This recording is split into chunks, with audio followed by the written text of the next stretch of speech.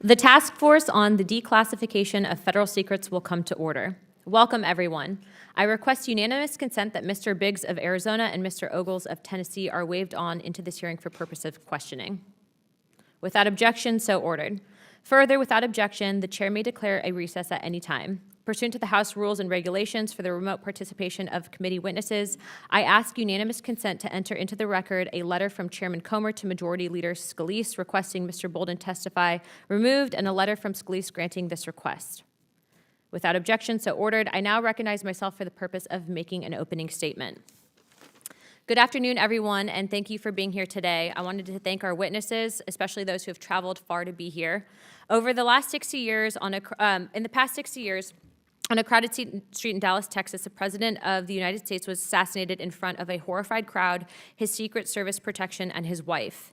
The death of President Kennedy was a monumentous and tragic day for the entire nation as well as the Kennedy family. The country has never been the same since. Compounding that tragedy, however, has been the over 60 years of half-truths, deception, and outright lies that the federal government has offered regarding the details of that day and the events surrounding it. I want to thank the National Archives for their cooperation with this task force. The archives have provided these posters behind us that were allegedly produced for the CIA to show President Johnson on the days following the assassination. They are, of course, images of the Zapruder film that Americans have come to know as capturing the final moments of President Kennedy's life. But Americans have come to understand about the assassination of President Kennedy has mostly been controlled and filtered through the assent and watchful gaze of federal agencies who have often resisted efforts to reveal the truth. They have done this at best because of their own embarrassment about their failures to protect President Kennedy that day. At worst, they have resisted for more nefarious reasons, such as failing to acknowledge the extent of power and reach that the CIA in the 1960s had and beyond, to the point of deceiving even the United States Congress. That is why we are here today. We are here to listen to the witnesses who have waited, in some cases, decades to tell their stories. I want to be clear, the task force on declassification of federal secrets is not here to provide the definitive account of what happened on November 22nd, 1963. Instead, the task force is meant to root out the hidden pockets of federal government that has for too long remained in the shadows of our reach, out of our reach for even good faith investigators to reach. I also want to thank President Trump for committing to the principles of transparency and holding the government accountable to the people. His executive order regarding the declassification of documents related to the assassination of President Kennedy, Senator Robert F. Kennedy, and Dr. Martin Luther King Jr. is a step forward in the right direction. The job of the task force is to ensure that the federal agencies follow that order, because in the past, a president's order for transparency has not always been heeded by the most secretive portions of our government. The objective of this task force is not to indulge in conspiracy theories, but to push forward the release of information so these theories can be put to bed and so the American people can finally have truth. It is the federal agencies that lack transparency for 60 years that have led to the people's distrust in their government, and it's time to restore that. I would also like to provide, for those who have been closely following this, to include researchers, an update on several documents that are outstanding. To date, the Joe Needy's files has not been located. A whistleblower report from the CIA alleging the CIA's implication has also not been located. Lee Harvey Oswald's travel records have not been located. And the DS-201 file, who was a plausible suspect for the Delaney Plaza shooter, and then as well as the MSETA documents concerning CIA penetration of the Fair Play for Cuba Committee. Last week, for an update, I did speak to the CIA directly, not in a skiff, so I can talk about it publicly. And they did notify me that 4 of these 5 documents would be publicly released in the coming weeks, but there was one that was outstanding, and I do believe that that one outstanding document is the Joe Needy's file. Without further ado, I'd like to yield this next portion to Ranking Member Garcia. And then also, prior to that, we also had requested footage from NBC. They gave us something like 20 hours of footage, all of which was not the Wegman footage that we had asked for. So we are kindly asking NBC to reassess their archives and produce that documentation. Without further ado, Ranking Chairman Garcia. Thank you. Thank you, Chairwoman Luna. I want to note, first, thank you to the witnesses that are here. Now, as the task force continues its work, we need to continue to follow the facts and provide transparency for the American people. I think we can all agree that this task force was not set up to chase conspiracy theories, and I'm glad, of course, to have Chairwoman Luna reiterate that. It's responsible, though, for us to focus on declassification of historical records, and that allows, as we all know, the public to gain a better understanding of the past, can restore trust in our institutions, and ensures accountability in our shared government. Now, on March 18, 2025, the National Archives and Records released more than 77,000 pages related, of course, to the November 22nd, 1963 assassination of President Kennedy. Now, we know that many of these documents, most in fact, were already in the public record, but continued work to make the documents more accessible is important and valuable. Now, over the past several decades, our government has collected and released almost 6 million pages of documents consistent with President John F. Kennedy and the Assassination Records Collection Act of 1992. Now, together, we should push back on decades of overclassification relating not to just the JFK assassination, but a variety of subjects. We should be very clear, and it should be done in a bipartisan way, that the FBI and the CIA of the 1960s were deeply flawed institutions. And while they have taken lessons from their past trespasses, there is no question that they have continued to often overclassify information, often out of an unnecessary abundance of caution. And it's also important to note that the FBI and CIA did harm in numerous areas over the last few decades, particularly when you look at the time of the civil rights movement. Now, transparency is how we ensure accountability and trust. The American people have the right to know as much as possible about what our government does and how our tax dollars are spent in a way that doesn't, of course, interfere with national security. Now, I understand the interest in a second hearing on President Kennedy's assassination, but I hope our task force can continue to work in a bipartisan way on the many other topics under its purview that are also important to the public. Now, as we hear testimony from our witnesses today, I want to make sure that we remember that President Kennedy's assassination is more than a historical event. It was also a human tragedy. President Kennedy was a husband, a father, a brother, and a son. Revisiting and relitigating a tragic killing is also painful for the real people that were impacted and for the family, and I think it's important to uplift that. We should be respectful and responsible as we work to address the public's questions about this tragedy, and we know that President Kennedy's legacy has made America the country that it is today. Now, at a time when we're looking, of course, and the majority is pushing for tax cuts, oftentimes for the wealthiest, we need to remember that President Kennedy believed in a society where Americans took care of one another. He fought to expand and lay the groundwork for the program, which of course became Medicare, which was enacted under President Johnson. He, of course, was a huge proponent of advancing civil rights, and President Kennedy proposed the Civil Rights Act, which became a landmark law in 1964. He supported the courts and the rule of law, which we know that President Kennedy worked tirelessly to enforce, of course, courts, support courts, and orders, even sending U.S. Marshals and the National Guard to desegregate the University of Mississippi. Social Security was also critical to President Kennedy. He worked to expand Social Security to increase benefits and cover more people with disabilities. President Kennedy, over and over again, of course, believed that government could do big things. He invested in scientific discovery and challenged us to put a man on the moon. We know, and he knew, that our country was strongest as a global leader fighting for freedom and democracy. He believed in working through our alliances. And I want to make sure that the family also knows that we will work and always work to uplift President Kennedy's legacy and what he left for this country and his community. It's important that we follow the facts and that we work to continue and declassify oftentimes things that have been overclassified by particularly the FBI and the CIA in the past. And thank you, and I yield back. Thank you, Chairman Garcia. And if it's okay with the chairman, I'd like to allow our witnesses to give more detail in the testimony, so if they go over the 5 minutes. How it works typically is with the opening statements, you're usually allotted a certain amount of time, but given the nature and context of this hearing, take your time, no one's in trouble. We want to hear your story for historical purposes and significance, so just take your time. You're not under any pressure. Our witnesses here today are pretty historical. Joining us via Zoom, we actually have Mr. Abraham Balden. Mr. Balden was an agent with the U.S. Secret Service appointed by President Kennedy in 1961. And sir, we want to thank you very much for attending today. We are very happy that you are here. We also have Dr. Dawn Curtis. Dr. Curtis was a resident in oral and facial surgery at Parkland Hospital in Dallas.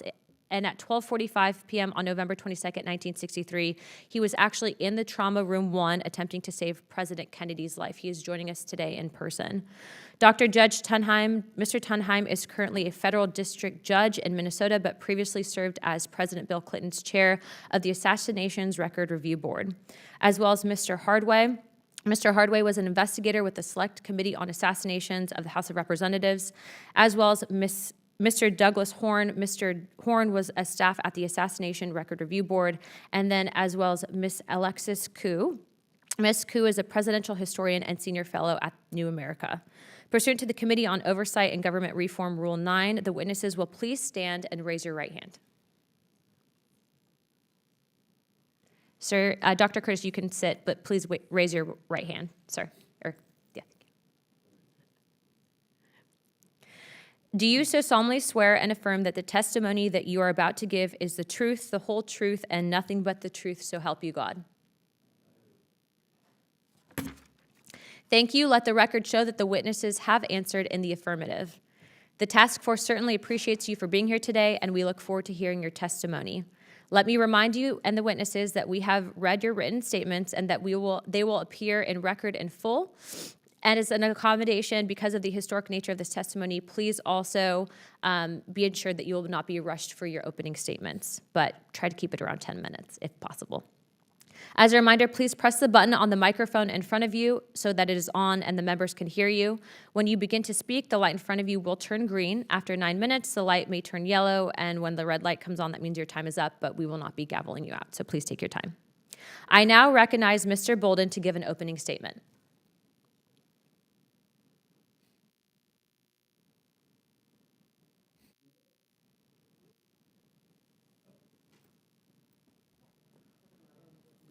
Sir, we can't hear you. Is your microphone on?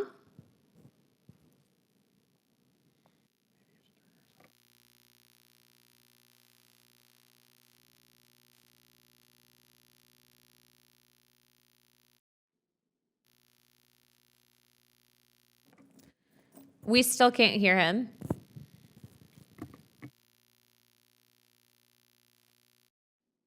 Okay, we are going to move to Dr. Curtis while you guys work through the mic issue, but Mr. Balden, please be assured we will be coming back to you. So we'll just pass. We will be coming back, though. Dr. Curtis, if you can. Thank you. My story begins when I left my office to go to get something to eat before I did surgery. And to do that, I had to go by the emergency room. And when I went by the emergency room, a policeman came out of the door into the emergency room, grabbed my shoulder, and he said, "Are you a doctor?" Can everybody hear? Yes, sorry, Dr. Curtis. Mr. Balden, we can hear you now. Your microphone's working, but Dr. Curtis is doing their opening statement. So if you could just pause real quick and then put yourself on mute. Thank you. Dr. Curtis, please continue. All right. So the policeman asked me if I was a doctor, and I said yes. And he grabbed me by the arm and pulled me into the emergency room and took me to the trauma room. And when I looked in the trauma room, there was 3 people in the room. One was the president, and he was laying on the gurney, and an extremist. And the other was Dr. Carrico, James Carrico, and one nurse. And the reason Dr. Carrico was on his own is because the Governor Conley was brought in before him, and he was very seriously ill, and the staff, all the staff in the emergency room went to help him, and then Dr. Carrico was left to take care of the president by himself. So I walked in, and he had just placed a endotracheal tube, and then I walked up and held the tube so he could connect the bird machine to it. The bird machine is an intermittent positive pressure respiratory help, and it works by filling the lungs and then letting the air come back out. And the way it works is that the inspiration continues to a certain pressure, and then the expiration continues to another low pressure, and therefore that spaces the breathing. Normally, that's about 10 or 15 minutes, 10 or 15 times during a minute, but in this case, it was going about 100 to 125 minute conversions in a minute. So it was rat-a-tat-tat-tat, and I knew the machine. Dr. Carrico knew the machine We used it a lot. And so the question was, is the machine not working? Or is there tube blocked or what? And he had placed the tube in. And if you place an endotracheal tube, you place it between the cords, and then you know you're in the trachea and you've got an airway. But in this case, apparently we didn't have an airway. And finally, it was a question, is it the machine or what is it? And so finally it got to a point where I said, Jimmy, what do you want to do? And he had already made a decision. He said, tracheostomy, we need to do a trach. So if there was going to be a trach, well, I knew the shirt would be in the way. So I moved around to take the shirt off, and the nurse was way ahead of me with her scissors. We took the shirt off. And in the meantime, Dr. Malcolm Perry came in, and he was on the medical staff. He's a professor in the medical school, senior to Dr. Carrico. So he decided to do the tracheostomy. And then Dr. Carrico said to me, Don, why don't you go ahead and do a cut down on that left leg? And so I went and did that. A cut down is a very small operation, but is a very important thing to do. The reason for doing it is that most people come in to the emergency room as be bled out, where their blood volume is low. And if the blood volume is low, well, then the heart doesn't have anything to pump, and that is a cause of death. Well, if you can replenish the blood volume quickly, well, then that causes a better chance of survival. So the cut down is to put a catheter in a vein so that you can get the fluid in faster.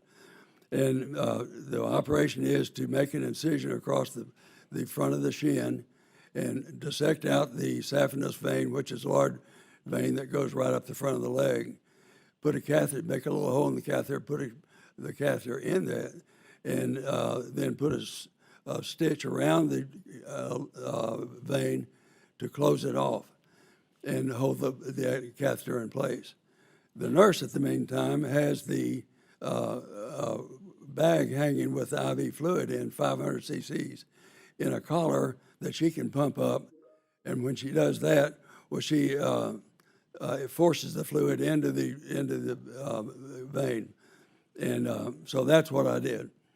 Then after I did that, then Dr. Perry had already completed the tracheostomy, and I was looked up, and then the president heart had stopped or it wasn't running. They put a monitor on the president, found out his heart was not bleeding, and so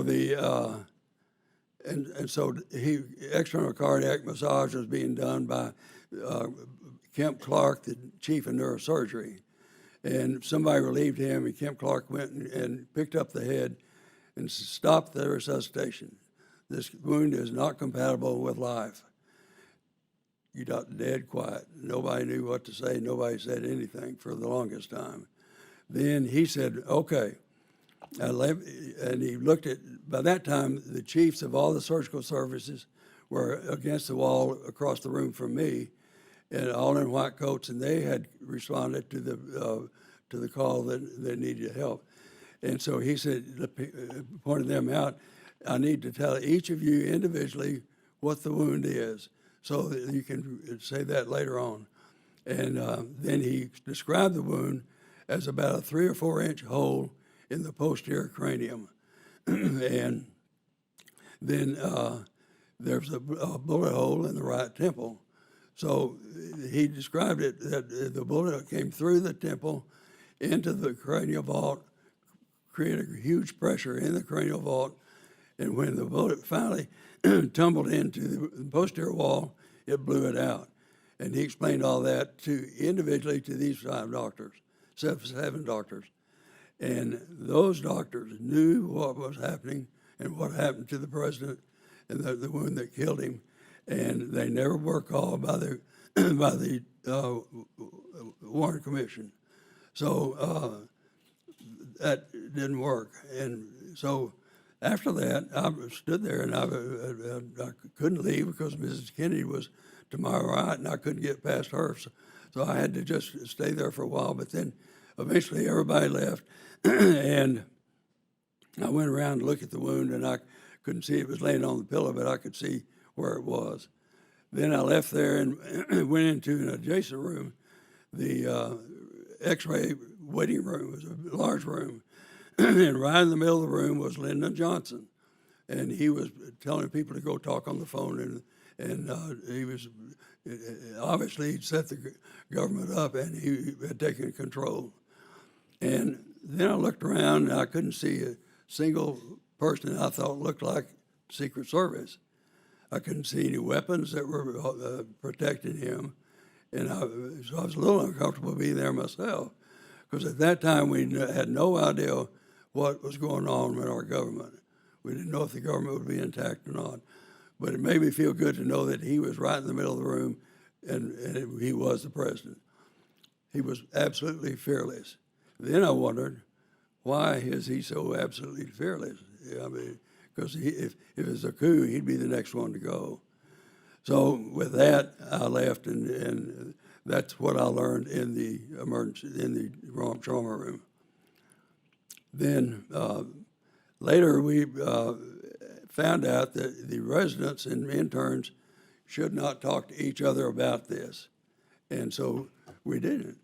And Dr. Carrico and I would have lunch together many times, often just him and me, and we never mentioned it to each other.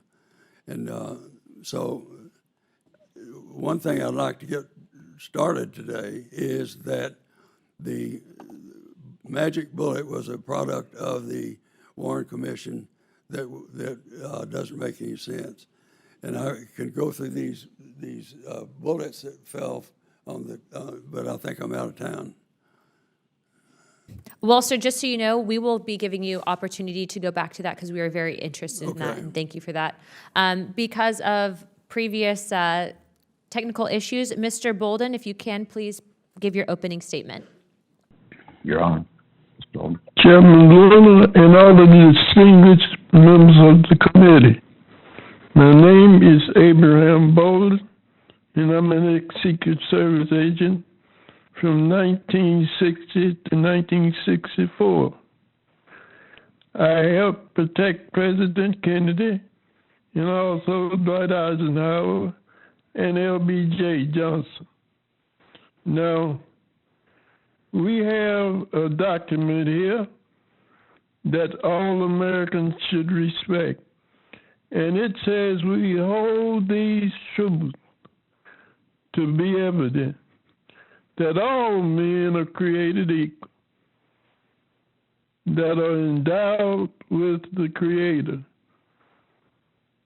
with certain inalienable rights, that among these are life, liberty, and the pursuit of happiness.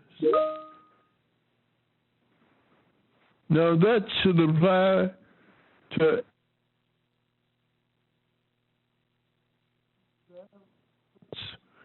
with the courageous evidence that we support what the forefathers wrote.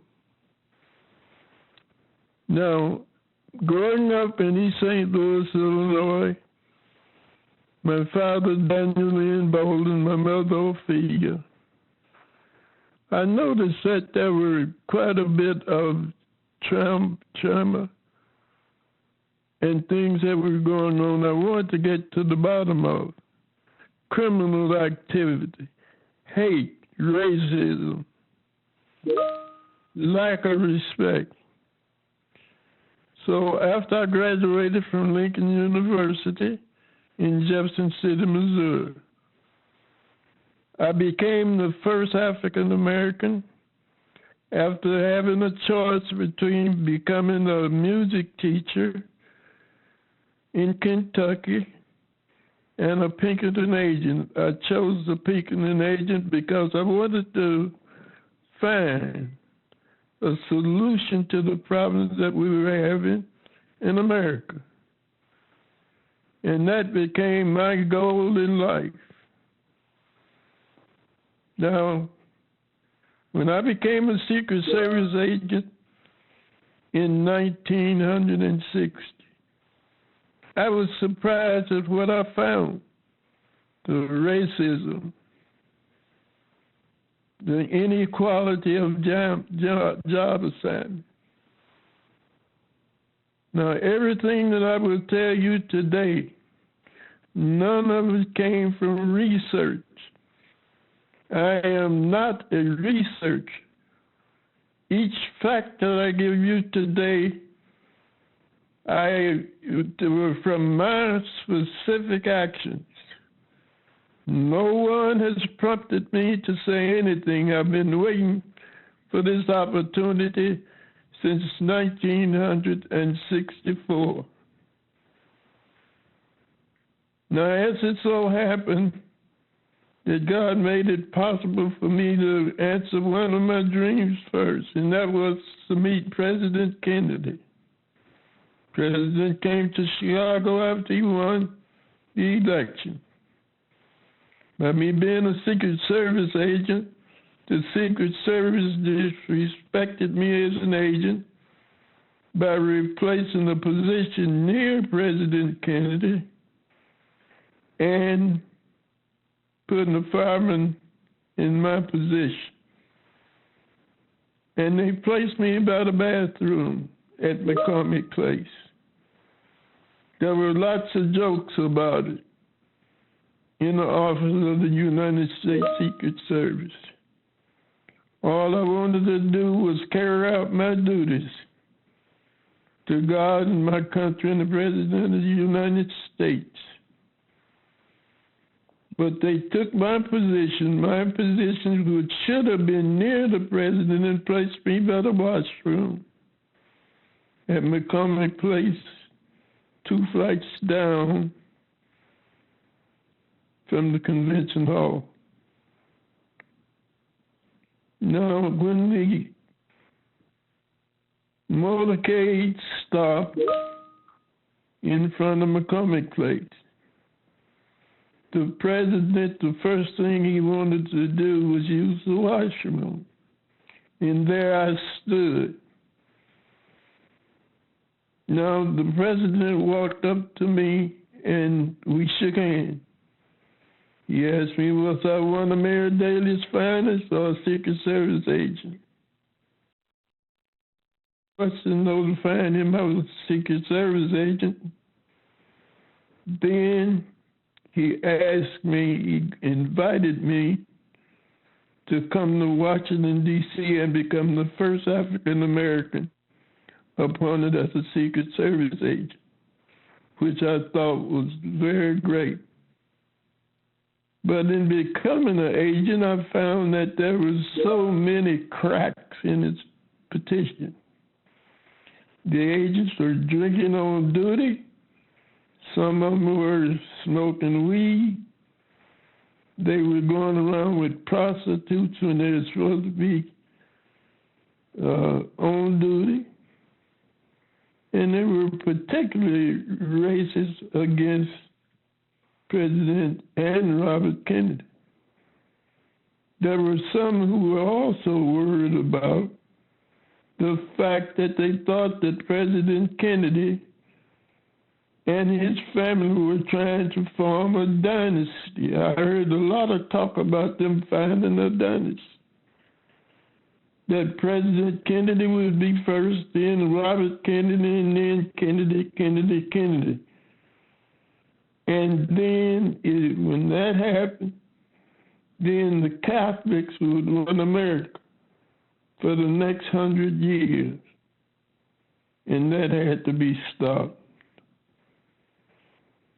Now, on the detail, as I said, there was a lot of drinking, a lot of smoke.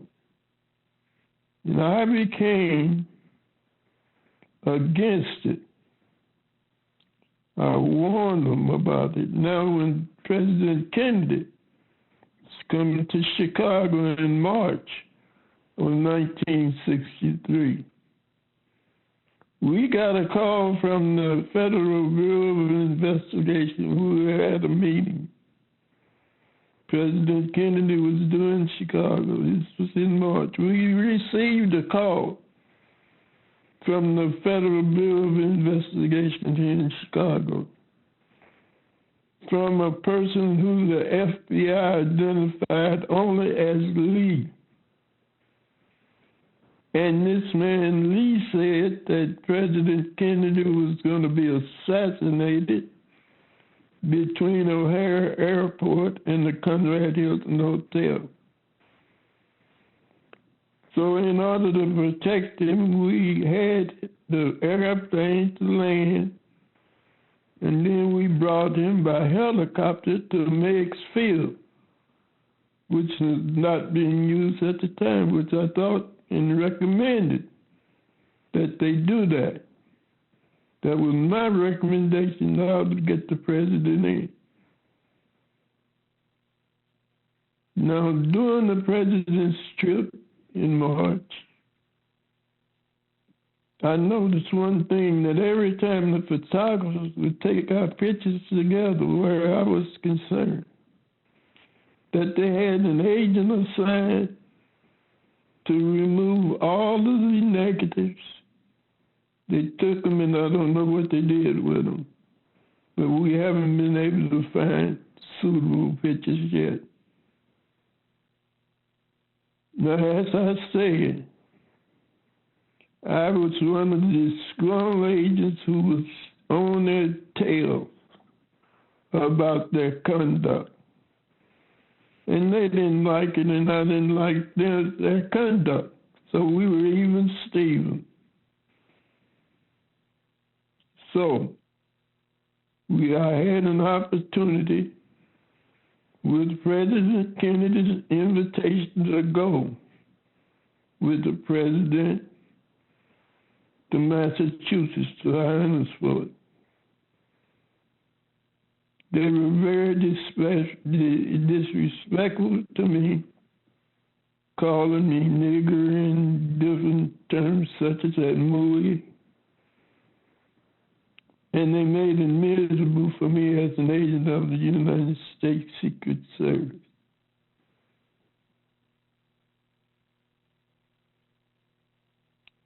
So the president invited me on July the 2nd to go to a ride on Nantucket Sound on his yacht, the Marlin. The president did that. And I was seated next to the chief of the United States Secret Service, Rowley. While we were on the yacht Marlin, the president sent to me lunch, clam chowder, and said, the seller who brought me the lunch, I'm going into this to tell you what type of person, what a wonderful person that President Kennedy was. And he made intentions, had me placed on Air Force One, and also on the Marine One, which was a helicopter with Otis Air Force Base. But this type of habitual drinking and wildlife continued even after the 4th of July in Johannesburg. When we were on Air Force One, I mentioned that to Rowley. I told him there was too much drinking going on. He told me just enjoy the yacht ride. We'll discuss that later on. Now, we get back to Washington, D.C. Now, one incident I want to make clear is that I was standing outside the Oval Office on June the 29th, about 7 o'clock in the evening. A big chauffeured limousine pulled up in front of the White House door. The other agents had left for lunch. President Johnson exited the chauffeur limousine, and slammed the door as hard as he could. He walked straight to the Oval Office where I had interdicted him, and I was standing by the door first. I walked before he did because I figured where he had to be going. And I was the only agent there to take control of the situation. President Johnson, the first thing that he said as he passed me and walked into the Oval Office, he said, you bastards ain't trying to send me to jail over some goddamn cotton. And after that particular time, an argument ensued between the president and Bobby Kennedy that was so violent, or lots of violent words about Bobby Baker, about cotton. I couldn't distinguish every word that they said. But when Johnson left the Oval Office, he first wanted to know who I was standing by the Oval Office door. His chauffeur told him he must be Secret Service or FBI, or he couldn't be standing there. Now, as Johnson exited the office, he looked back, told the president and Bobby Kennedy, you bastards are going to get enough of fucking with me. Those were his exact words. And he was in such a tiff and violent mood that I reported it to the then head of my shift leader, Harvey Henderson. Harvey Henderson's retort was, I'd kill a motherfucker myself if I had a chance. Now, some of these facts are in The Echo from Deedee Glasses, for the book that I wrote. Some are not, and I left them out simply because I felt that my life would be in danger if I included them. Mr. Balden, if you can for a moment, we actually have some questions in regards to your testimony. So is it okay if we move to some of the other witnesses for opening and then come back to you with specifics on your experience? Move to other witnesses and come back to you with questions. Is that okay? Yeah. Yes. And also to both the ranking member, Mr. Garcia, and I would like to thank you for your service to this country, especially as the first African-American Secret Service officer. Your sacrifice for this country and your service to this country does not go unnoticed, so we applaud you, sir. Thank you. Good. Thank you. Thank you, sir. Now I would like to recognize Mr. Hardway for an opening statement. Thank you. For the past 62 years, the Central Intelligence Agency has actively and continuously obstructed the investigation of the assassination of President John F. Kennedy with no consequences for their actions. 10 years ago, the CIA's official historian admitted that the CIA had hid information from the Warren Commission during its investigation. The CIA stonewalled the Senate Select Committee to study governmental operations with respect to intelligence activities, the Church Committee. The CIA was not forthcoming with the Rockefeller Commission. The CIA misled and slow-walked the Assassination Records Review Board. James Angleton's preferred method in dealing with the Warren Commission was to, quote, wait them out. The first CIA officer I ever interviewed looked at me and said, you represent Congress. What the F is that to the CIA? You'll be gone in 2 years, and we'll still be here. In 1978, the CIA ran an illegal domestic covert operation involving an undercover officer to subvert and obstruct the House Select Committee on Assassinations.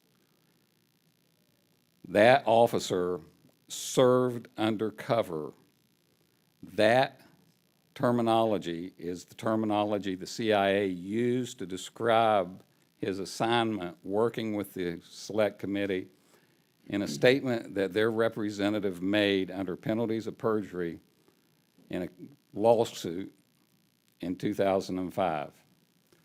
I personally experienced the CIA's obstruction of the HSC investigation and can testify firsthand about what happened.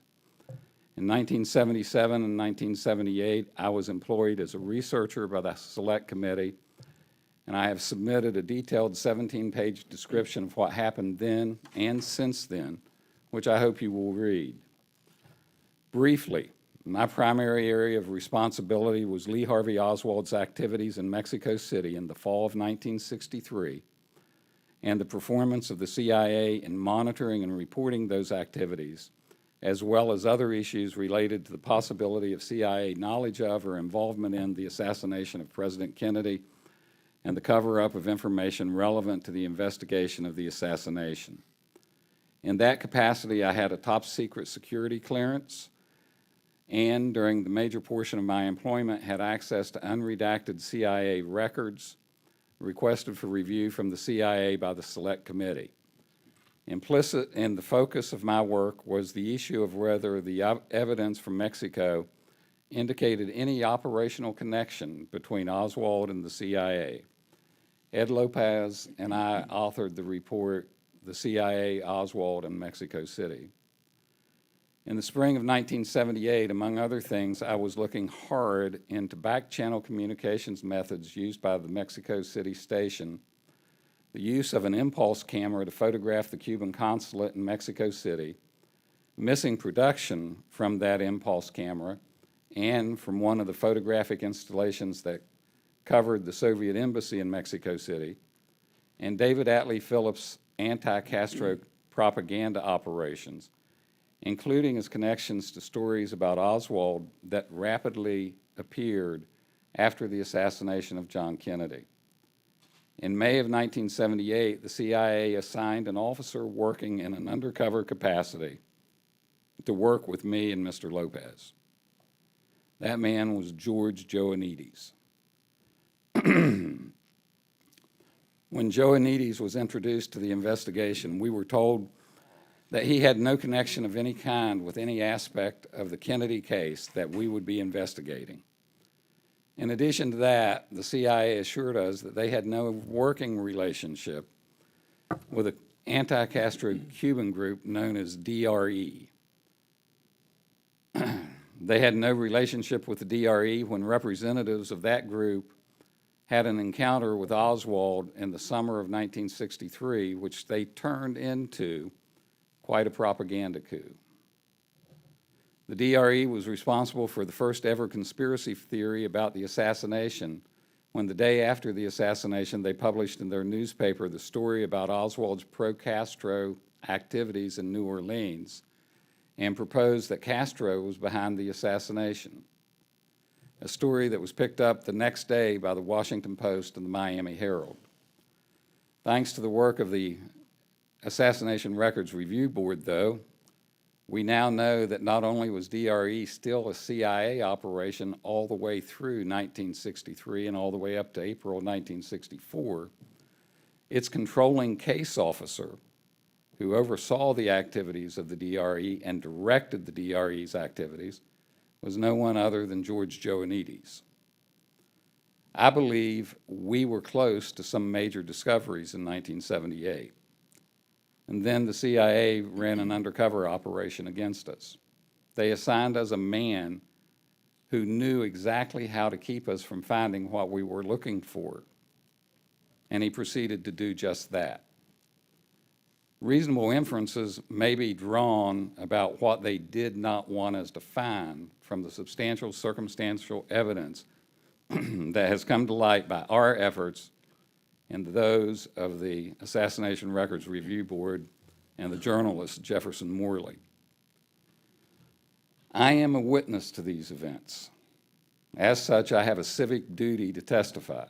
I wish I were just here. Actually, I wish I weren't here. But I wish I were just here to talk about a cover-up. But I'm not. I'm here to talk about a CIA covert operation directed against the Select Committee on Assassinations that was illegal and a violation of the CIA's charter, as well as being a felonious obstruction of a congressional investigation. That operation was and continues to be successful. Despite our testimony, and by that I mean mine, Ed Lopez's, and G. Robert Blakey's, and the clear record, no one has ever done anything about it.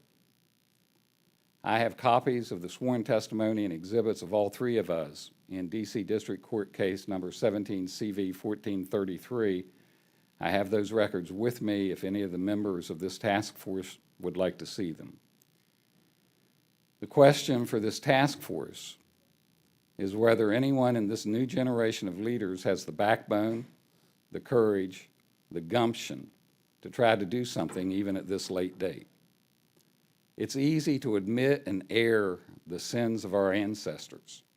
It is much harder to admit that we build their tombs and endorse their actions by our inaction. I'm here to testify again, which is all that I can do. What will you do? Thank you, Mr. Hardway. I now recognize Judge Tunheim for an opening statement. Thank you, Madam Chair. Thank you, Mr. Ranking Member. Appreciate this opportunity to speak today. My name is John Tunheim. I'm a federal district court judge for the District of Minnesota.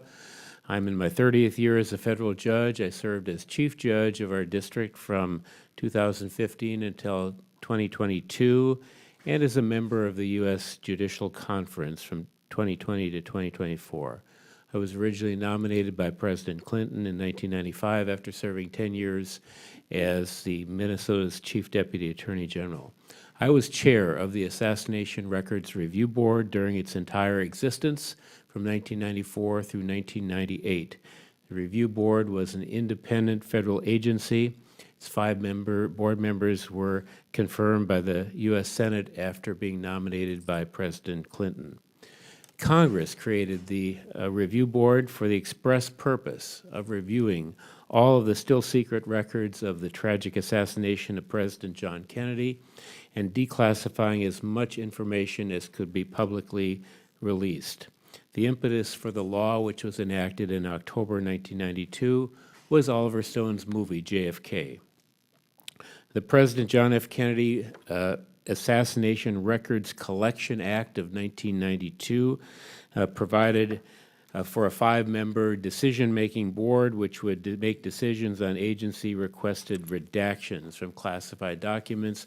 We had declassification authority. The first time and maybe the only time an outside group had that authority. The board members were, by law, to be recommended for appointment by professional organizations, 2 National Historical Associations, an Archivists Association, and the American Bar Association. Besides me, the members included a renowned provost from a major university, later university president, 2 distinguished history professors, and a senior archivist at Princeton. We were confirmed in 1994 and began our work with no appropriation or offices. We worked out of the National Archives for a time until I was able to secure some funding from the White House to get us started before Congress could provide an appropriation. The agency's presentation of records was seriously delayed because of the delay in the appointments. We were ready to begin review with our staff by early 1995. The statute did not require us to reach any conclusions about prior investigations or what happened on November 22nd. Rather, our task was to conduct a wide-ranging search for records to create the largest possible collection of assassination-related records as open to the public as possible. The goal was to allow the interested public to make up their own minds about what happened and based on an open and transparent and complete record. The congressional mandate, and this is important, it stated that the records relating to the assassination would, quote, carry a presumption of immediate disclosure. And quote, "Only in the rarest of cases is there any legitimate need for continued protection." This is Congress in 1992. Congress defined the term assassination records broadly and indicated that the review board could further define the term assassination record, which we did.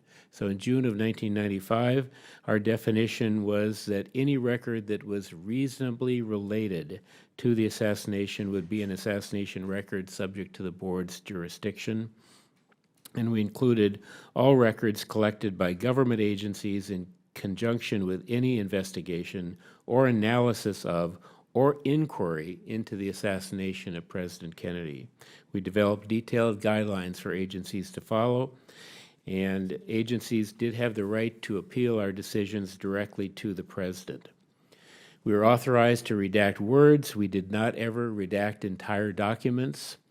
That the agency proved by clear and convincing evidence, that was a standard, that the harm of disclosure outweighed the public interest in the document in 4 categories: national security, intelligence gathering methods, personal privacy, or methods of protecting the president. That was it. We held many public hearings, experts conferences around the country, in addition to our private meetings to discuss our decision-making. We also tried to clarify unclear evidence where we could, digitalizing autopsy materials and analyzing them, and deposing the autopsy physicians. We also gathered artifacts, including photographs and film, clothing, and other artifacts. We had limited time to do our work, which was not enough time. We were granted just 1 more year by Congress, so we had a total of 3 years. We began to lose staff as we approached the end of our mandate. In all, the board issued over 27,000 individual rulings. These were decisions on requests by agencies to protect information. Most redacted information had release dates attached to them. We made it easy for the researchers to determine whether a redacted name appeared in different locations so that they would know it was the same person. There were a further 33,000 consent releases, which essentially means that the agency saw the handwriting on the wall and released the documents directly, since we were likely to order release. When we finished, there were nearly 5 million pages at the National Archives. We made the decision early that we would not protect any information directly related to the assassination because of the high level of public interest. By 2017, when the last records were to be released under the Act, there were probably not more than 1,500 review board redactions that were remaining. The Act was clear in stating that despite the review board wrapping up its work in 1998, the Act was to continue in effect, which meant that agencies had the obligation to continue to present information. Most of the redactions now in the documents are within documents never shown to the review board, but were transferred to NARA at a later time. Agencies largely complied with the mandate to present records to the review board. However, there were many delays and denials with records that we specifically requested, and there were many skirmishes along the way. It does not take a rocket scientist to realize that agencies were awaiting the end of our 3-year mandate. The first 500 or so adverse disclosure decisions we made in FBI records were appealed to the president, and the appeals were dropped when White House counsel, former judge, and Representative Abner Mikva told the FBI to drop the appeals because President Clinton would deny all of them. FBI staff was helpful to us, but I'm now seeing records in the new releases that were not disclosed to the review board. The CIA was cooperative and processed many documents with us, but we never received much of what we specifically asked for. When asked, for example, for documents involving James Angleton that we had not seen, I was told the documents were no longer maintained as a collection. We received only 3 memoranda that incorporated the agency's review of Angleton's counterintelligence files, not the files themselves, just a review by someone else of the files. We were told that all the other documents had been destroyed. I'm now seeing a flood of documents that clearly meet the definition of assassination records involving Angleton and others that were not submitted to us for review. When CIA analysts would not tell us the details of their secret operations, our response was, okay, we'll release the record in 10 days. We then heard the details and could make a reasonable decision. We had in our hands a small file on George Joannides that disclosed nothing really, so it was returned. We didn't know the details of his work at the time. We now know much more about Joannides, and his files should be immediately disclosed. There's no reason anymore for protecting those files. Clearly, we were misled.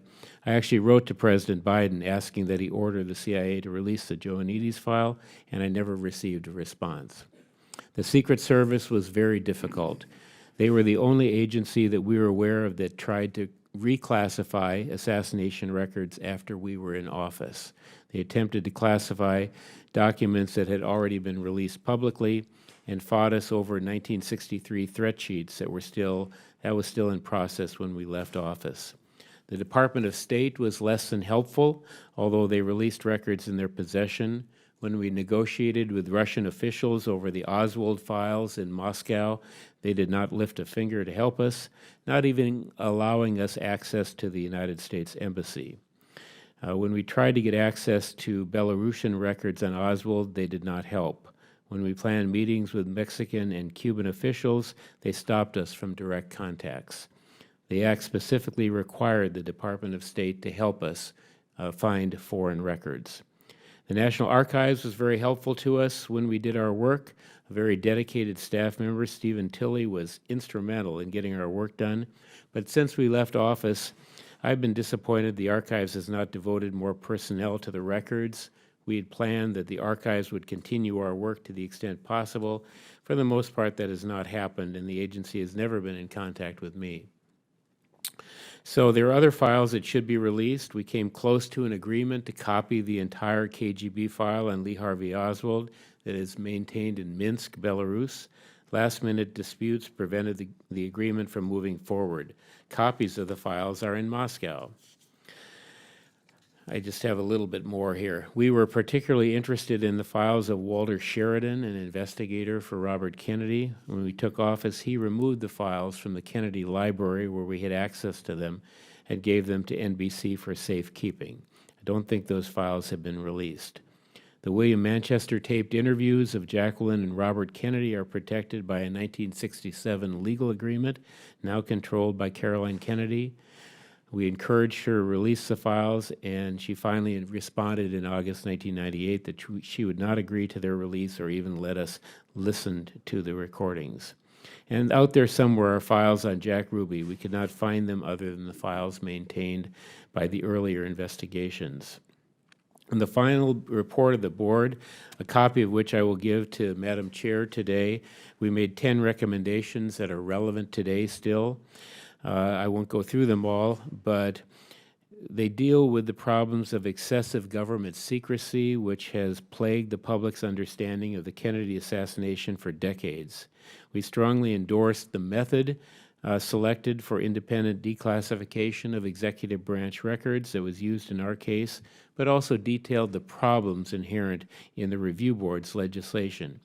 Most important, to deal with massive overclassification, we recommended a federal classification policy be developed that substantially, 1, limits the number of those in government who can actually classify federal documents, 2, restricts the number of categories by which documents might be classified, 3, reduces the time period for which documents might be classified, 4, encourages the use of substitute language to immediately open material that might otherwise be classified, and 5, increases the resources available to agencies and NARA for declassifying federal records. Thank you, Madam Chair. Thank you very much, and just so everyone knows, we are going to be following up on getting that file, the KGB file in Minsk. I'm interested in seeing that, and I think that with peace talks right now, it might be prime time for that, so we will be following up on that. It stands about 5 feet high. It's a lot of records. Well, we might have to bring you back out of retirement, what you're currently doing, and have you help go through with that. I'd like to now recognize Mr. Horn for an opening statement. Chairwoman Luna, Ranking Member Garcia, and members of the committee, thank you for the invitation to appear and testify today.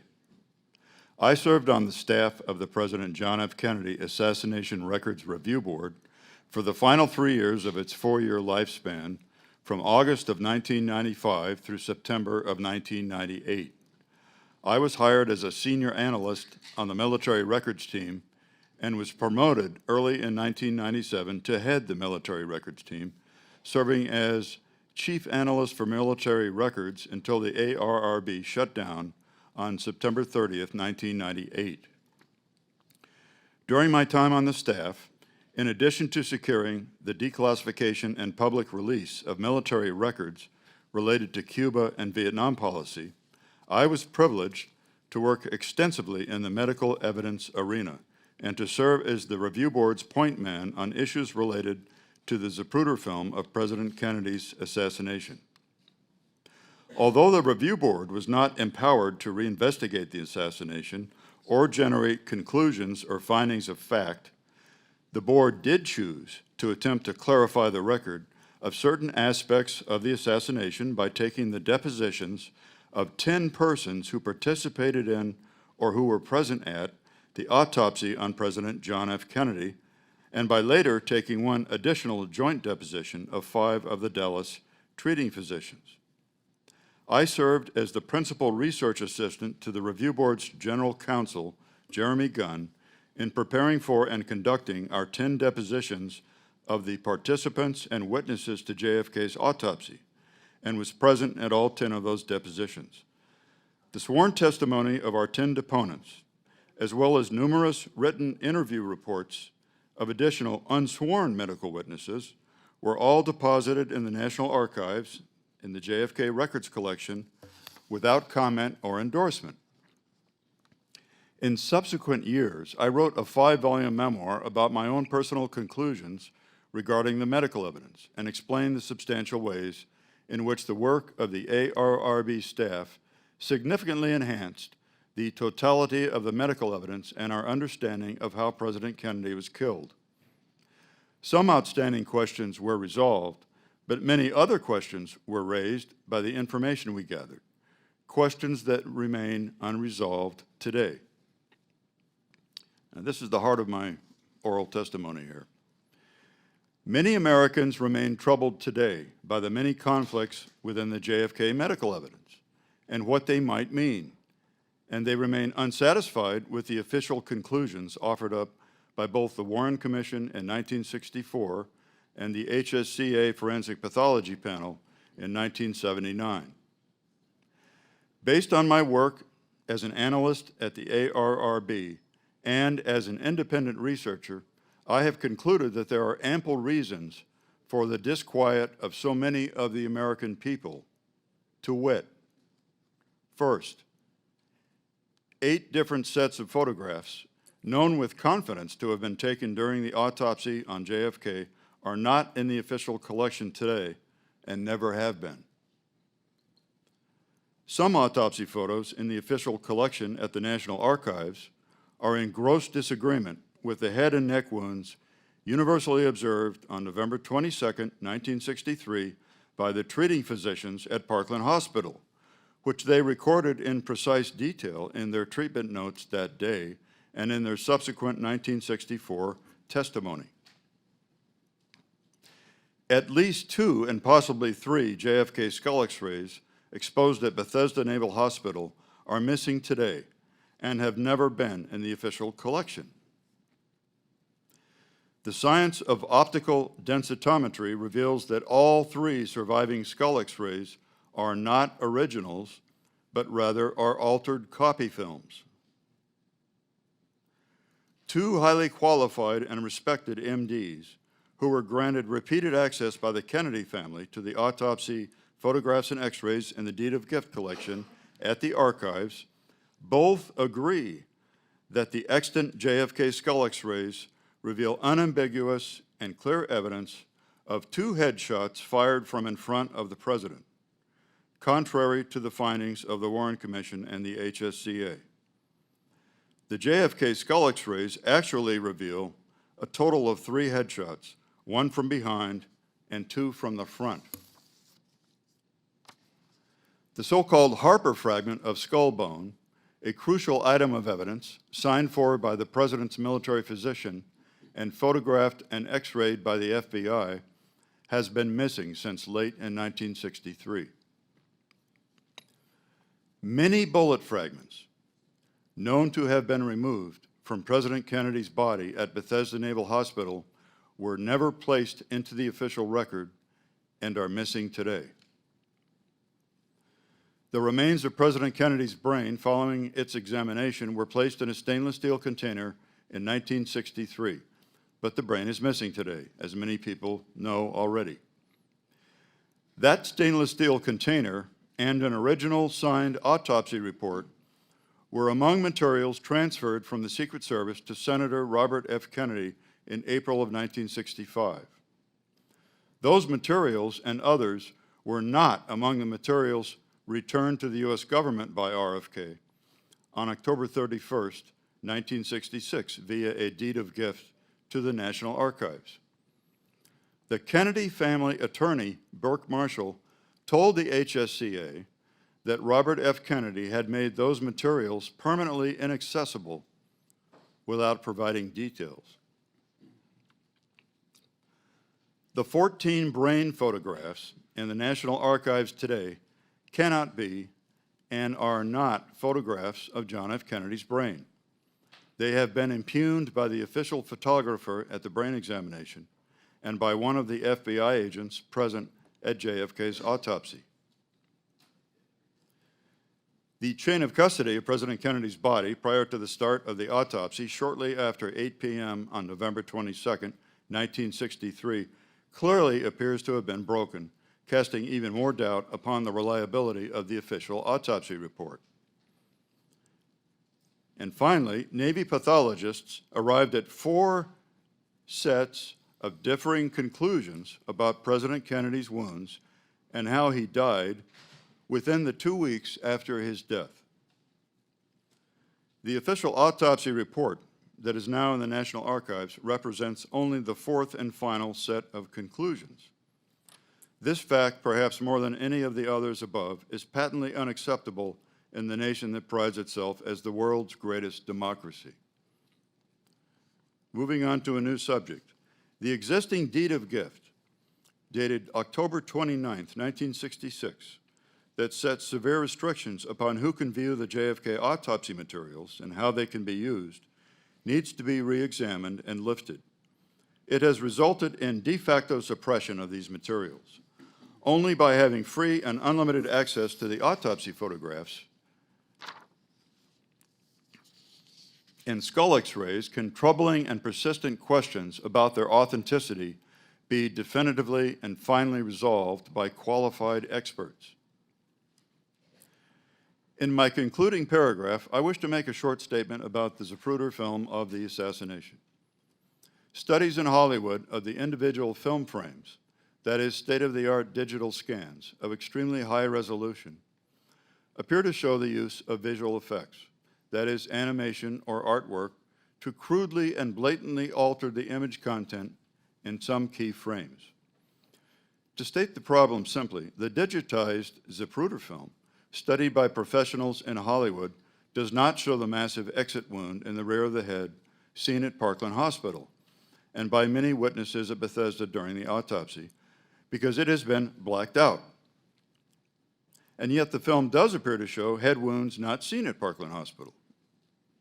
We now know that rather than spending the entire weekend following the assassination in Chicago at the Life printing plant, as was originally claimed, the Zapruder film actually spent most of the weekend in the custody of the CIA in Washington, D.C., and at Kodak's main research and development laboratory in Rochester, New York. The attitude of one National Archives official, expressed in writing circa 2009, was that they, quote, do not ever intend to take the film out of the freezer again, end quote. This decision should be overturned, and the so-called purported original film should be made available for appropriate inspection by qualified film professionals from the motion picture industry and academia, and by that I mean film schools, so that questions of authenticity can be definitively resolved. I've provided many additional details in my written testimony, and I request that they be included in the congressional record. Thank you very much. Thank you, Mr. Horn, and they will. Ms. Coe, if you can please provide opening statement. Thank you. Thank you, Madam Chair. Thank you, Ranking Member Garcia. It's an honor to address the committee today. Historians are time travelers. I was just in 1947 when John F. Kennedy began his first term in the House. And now I find myself here speaking to people who sit where he once sat, doing the kind of work he once did. During JFK's 11 years in Congress, he questioned everything, not to impress, but to understand. And he listened, he changed. And that took courage. Not the kind that earned him a Purple Heart in World War II. Political courage is slower, it's quieter, and it has the power to reshape a country. His public service deepened from there. He wrote a Pulitzer Prize-winning book, established the Peace Corps.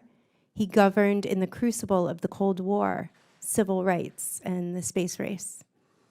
He made mistakes, and he learned from them. The Bay of Pigs taught him restraint, the value of failure, the strength in stepping back, and Americans noticed. By 1963, his approval rating peaked at 82%. None of that was inevitable. He chose discipline over drama, substance over show. And don't get me wrong, Jack Kennedy understood the power of media. He courted the press, he worked the spotlight, he shaped the moment, but only after he had done the work, after he'd earned it. And that's why his name endures as a standard of greatness. The JFK Library's Profiles in Courage Award carries that legacy forward. It's honored George H.W. Bush, the heroes of 9/11, and just last month, Mike Pence, for what history always notices, putting country first when it matters most. Of course, JFK wasn't perfect. I've never studied a saint, and I haven't met one either. I see history's bold-faced names on their best days and on their worst. But complexity isn't a liability unless you're cherry-picking with an agenda. Which brings me to today's hearing. The title uses charged words: obstruction, obfuscation, deception. But in the 132 days since the JFK assassination records were released, not even conspiracy theorists can claim that it upended the Warren Commission. There is something unprecedented in these files, that is true. Unredacted Social Security numbers and private information of living Americans. I've never seen anything like it.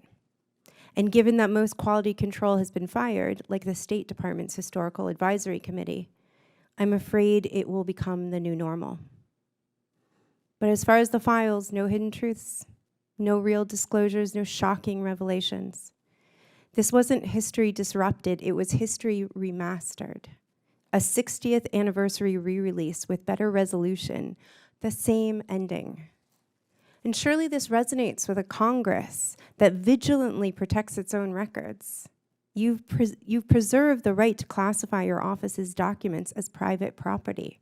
They will never be public if you don't want them to. I hope we can talk about public trust today and what happens and how this appears to fit into a larger pattern. The Kennedy Center is no longer bipartisan. The Rose Garden has been stripped of its historic character. U.S. aid was gutted. Taken together, it's hard not to see this as an attempt to reduce a consequential leader to a grotesque spectacle. His legacy defined by how he died and not what he did. On November 22nd, 1963, America lost John F. Kennedy, and with him, a sense of possibility. That's how I think of the archives, too. They are crammed with untold stories, ones we truly do not know about. What an opportunity for the president, by default, our historian-in-chief, and by great good luck, in office as America approaches its 250th anniversary. But instead, tragedy begets tragedy. In 1953, JFK entered the Senate. A year later, his colleagues censured Joseph McCarthy. Kennedy rose as McCarthy fell, a reminder that Americans tire of reckless spectacle, division, demagogues. They seek substance, accountability, an authentic commitment to the public good. I began by saying that historians are time travelers. We study the past to understand the present. And these records make me wonder how this moment will be remembered. When future historians ask whether we met it with the courage it demanded, how will they answer?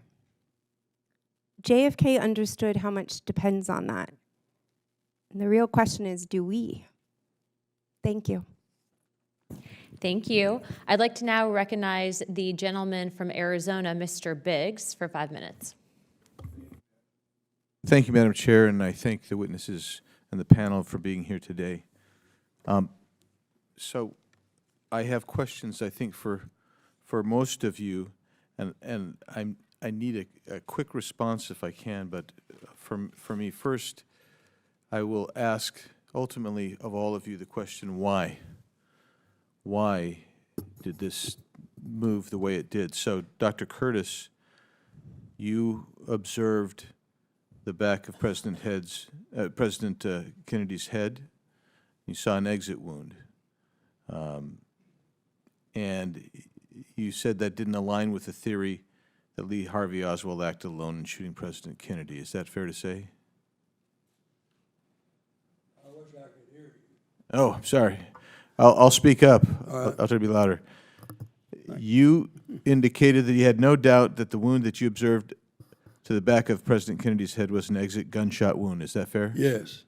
And you concluded after review that it did not align, his wound did not align with the theory that Lee Harvey Oswald acted alone in shooting President Kennedy. Is that true? Yes. And I guess you struggle to this day to understand the Warren Commission's theory about the president shooter and how it seems to have discord with what you actually observed that day. Is that fair to say? Yes. Thank you. Mr. Hardway. So you have indicated that you essentially were the subject of a covert operation as you served on the House Select Committee on Assassinations. Is that fair to say? The CIA called it a covert assignment. And that was from, and I can't get Mr. Joanides? Joanides, yes. Joanides. And you've called on the release of Mr. Joanides' file to the public. Is that fair to say? That's fair.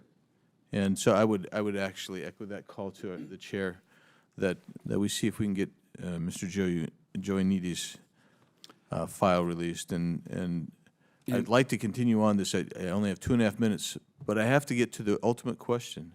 Why? Why did the CIA intervene with Mr. Hardway's review? Why were documents altered? Why was the Zapruder film removed and not brought back in its original documented form? Why? And so I'm going to ask you, if you can answer that, you would probably solve what Ms. Coe referred to as trust. There is a massive amount of skepticism about our federal government, and I think you can directly trace it back to this event. And so I want to know why, and I think that's what all of America wants to know. We can kind of get a feeling of what happened, But we all want to know why it happened the way it did. Why was there this mastering, this control of all of this operation? So I'm going to start with you, Mr. Horn, and then go down to each one of you. And then I have a list of documents that I think need to be released, Madam Chair. Mr. Horn.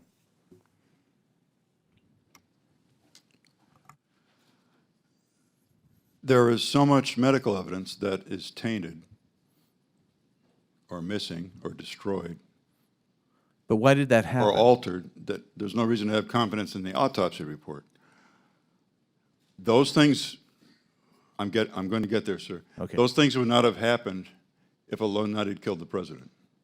If a lone nut killed the president, there's no reason to do all those things, to destroy x-rays, to possibly alter autopsy photos, although that's not yet been determined. It's a question that remains outstanding, to alter the existing skull x-rays. So you don't do those things, and you don't change the autopsy conclusions 4 different times within 2 weeks after the president's death if a lone nut killed the president. So it's clear to me that the government, these are my conclusions after years of study, it's clear to me that the government was trying to manage what story it could sell to the American people. That's what was going on. And that's why the autopsy conclusions changed 4 times in the first 2 weeks. Have I come close to answering your question or not? Yeah, Mr. Horn, you have. I don't have time to ask and get a response from all of you because my time has expired, but I would say I took some notes on what they were saying, Madam Chair. Chairman, Chair Lady, it'd be all right if I yield half my time to Representative Biggs. Would that be okay with the ranking member? All right. Thank you. And so then That's 2.5 minutes. I needed the math. Thank you. And so we'll just go down to Judge Tunheim.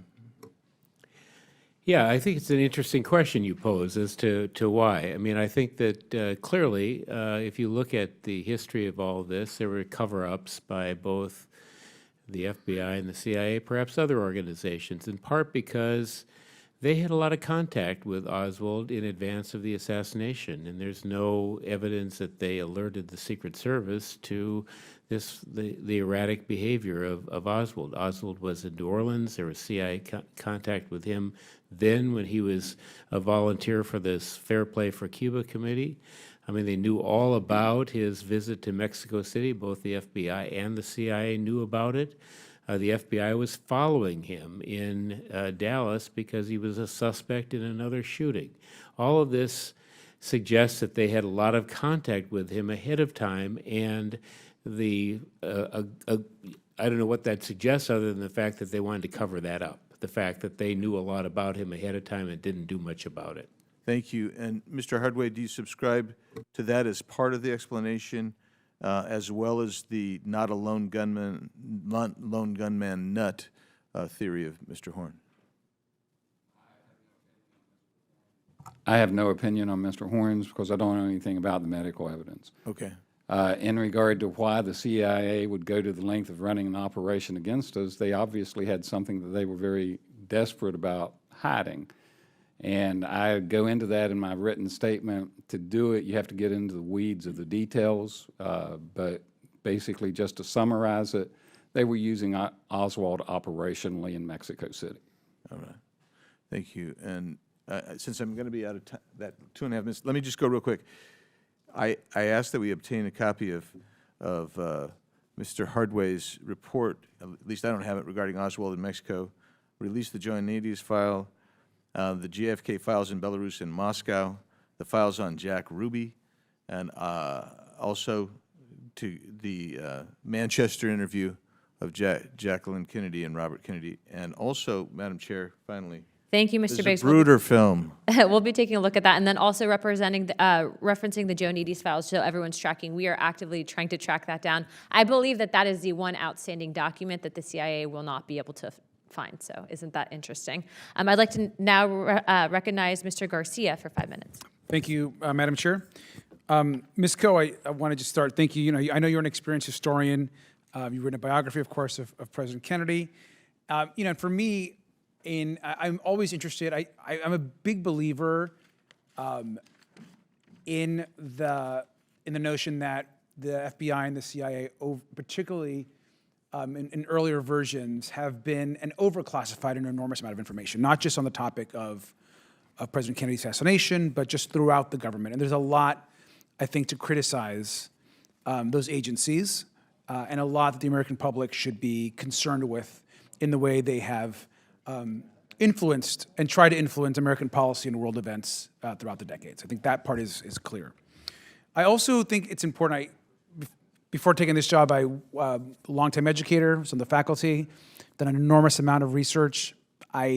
For me, following facts and ensuring that we are sticking to facts is really important, even as we seek to gain more clarity about historical events. And so I appreciate that.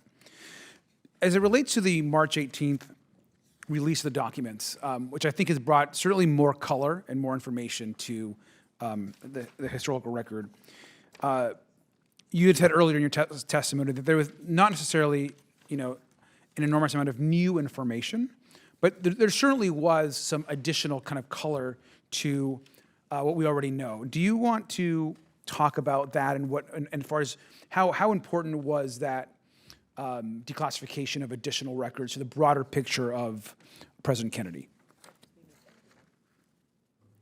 Thank you, and thank you for this time and these questions. I have to say that I am a little bit concerned about the way certain theories were presented as facts on the panel, and that there's a lot of demand for more information, which is always good, but it's based on the pretense that what has been found has radically changed everything.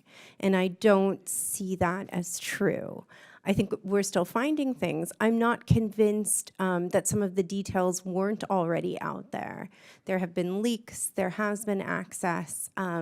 So I do think that this idea of a grand conspiracy, I do think that, and I'm glad that we can all agree that there was incredible overreach in the mid-20th century and for some time.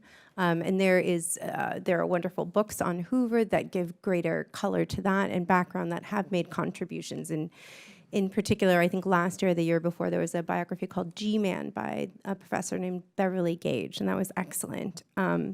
What I find to be an interesting disconnect here is that there is so much concern about cover-ups with the CIA when it comes to Kennedy, and I don't see that same concern being translated to Martin Luther King and to his records. It feels like Hoover 2.0, and in that case, in the case of MLK, we do know that there's actually a historical precedent. The FBI mounted illegal surveillance. There was character assassination. And Ms. Coyne, and I think just to Yes. for time, and just so you know, there also is a lot of interest, I know, from members of the committee on both sides of the aisle on what you're discussing. I want to go to, before I go to Judge Tunheim, because I also am in a similar place where I feel that, my researcher brain is very much. I agree. I don't know that the release of the documents presented any sort of groundbreaking new information. Certainly added color and more rounded out kind of what we already know. But I want to just caution us in not using what was released as a kind of jumping off point to additional conspiracies, right? Now, I think there are valuable questions, and I respect members of this committee that are looking to get certain questions answered. That there's a lot of concern in the public, and there is public interest in this. I mean, there is no question in that, and so I respect that. But I also value that we stick to what we know. Certainly, if there are questions that lead us in a different direction, we'll follow those. But I think that's really important. Judge Tunheim, I just also want to ask you, just similar to what I asked Ms. Coe.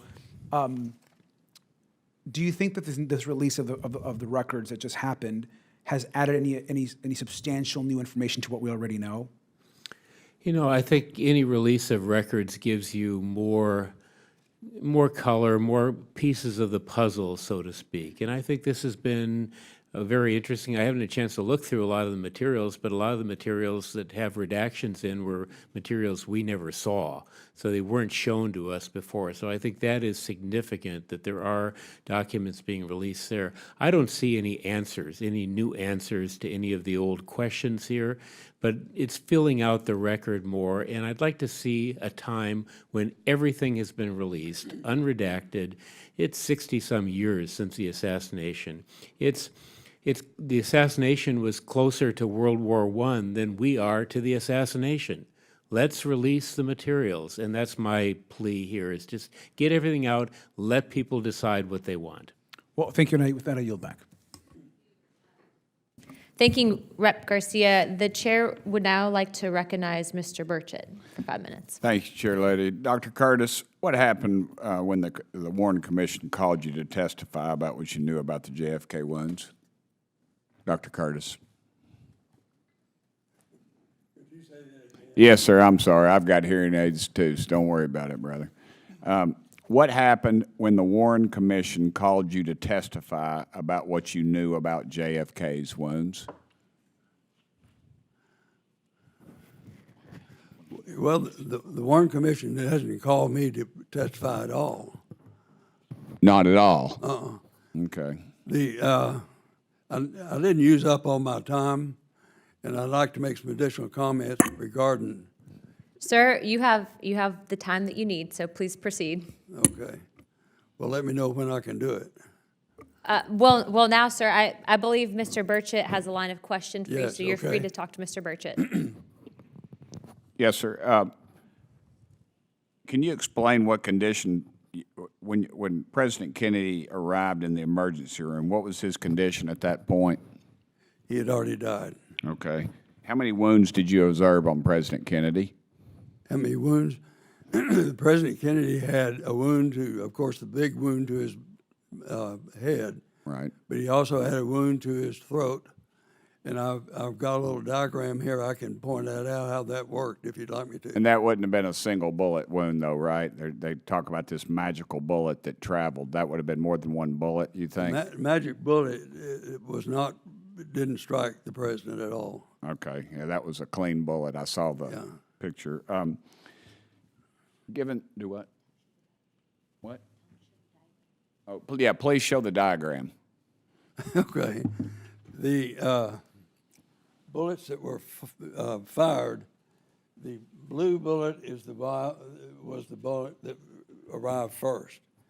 And you can see it started probably from the railroad trestle, which is to the southwest, and came up and first struck President Kennedy before he got out from under the tree that prevented the window shooter from shooting. Then, and we know that because the Zapruder film showed President Kennedy holding his throat in real distress when the Zapruder film started, and he had already been shot, and that wound to his throat would have killed him. It did kill him, because we know from the tracheostomy that we had to do that the bullet to his throat obstructed the trachea, and so he had taken his last breath before that. Also, the bullet that struck President Kennedy in the temple killed him also, because he just removed about a third of his brain. And the part of the brain that it removed was in the posterior part of the brain, and that is the area of the brain that controls the parasympathetic and the automatic nervous system. And so the two bullets that came from the Conley, from the window, one struck Conley, and it's the only thing that it did. It went in Conley's shoulder, went through his chest, came out of his chest into his left wrist, into his left leg, and that indicates that the bullet was coming from the north, going southeast, southwest, and that bullet was only for Governor Conley. The other bullet that came out was this other one here. Then that would have been the magic bullet. That's the one that went in the president's back. And the Warren Commission then wanted to choose that bullet to be the magic bullet, which went through the top of his head. Now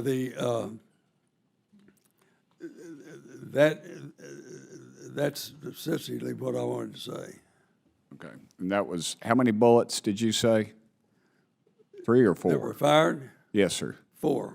Okay, and that was a bolt action Italian carbine. 2 of the allegedly. bullets came from the front. Yes, sir. Yes, sir. I know, but they were trying to tell us Lee Harvey Oswald was the only same. bullets that came from the window were 2 bullets, and 3 bullets came from the window. 1 hit the curb, the other hit Conley, and the other one went in the president's back. And that's well documented. Yes, sir. Thank you, and I yield no time. Thank you. The chair would like to now recognize Mr. Burleson for 5 minutes. Thank you for your testimony, Mr. Hardway. It's clear that you faced firsthand the obstruction by the CIA. Would that be accurate to say in your investigations? Yes. And specifically, they used methods like use of sealed envelopes, redacted redactions that violated the 1977 Memorandum of Understanding. My question really is about what seems to be evident is that they were very much obstructing any information about Oswald's interactions in Mexico City. Is that That's accurate? correct. Why do you think that is? I believe that we can draw reasonable inferences from the evidence that is of record and that is very persuasive and clearly of record, that are facts and not theories, that clearly point to the fact that Lee Harvey Oswald was being used in an operation in Mexico City in September of 1963 and early October of 1963. The nature of the operation was a dangle and a propaganda operation designed to discredit the Fair Play for Cuba Committee. It was designed and ran by George Joanides under the supervision of David Atlee Phillips, who had been leading the CIA's anti-FPCC efforts since 1958. And it was a very successful operation. The Cuban consulate had just recently opened. The operation allowed them to observe from a distance the interactions and reactions of not just the Cuban consulate, but the Soviet embassy to Oswald's presenting himself. And it also went a real long way to discrediting the FPCC. In addition to that, you can see the exact same pattern of operation was conducted using Oswald in New Orleans in August of 1963, in which he encountered the DRE, also encountered student groups. It's almost it's a shadow of what they then did in Mexico City. Now, the fact that, in my opinion, the fact that they ran Oswald operationally in Mexico City does not mean necessarily, or even inferentially, that they were involved in the actual assassination. It's entirely possible that on November 22nd, 2 of the most surprised men in the world were David Atlee Phillips and George Joanides. And consequently, the one doesn't necessarily lead to the other in any way, shape, or form. But stop and think about it. If they were running an operation in which the accused shooter was involved as an asset, either witting or unwitting, think about the motivation for cover-up. It had to be something extraordinary that they were covering up in order to violate their charter And in spite of the Houston Agreement that agrees not to prosecute CIA officers for crimes committed in the furtherance of their duties in the United States, in spite of that, they feloniously obstructed a congressional investigation. There had to be something significant that they were covering up, and what that significance was.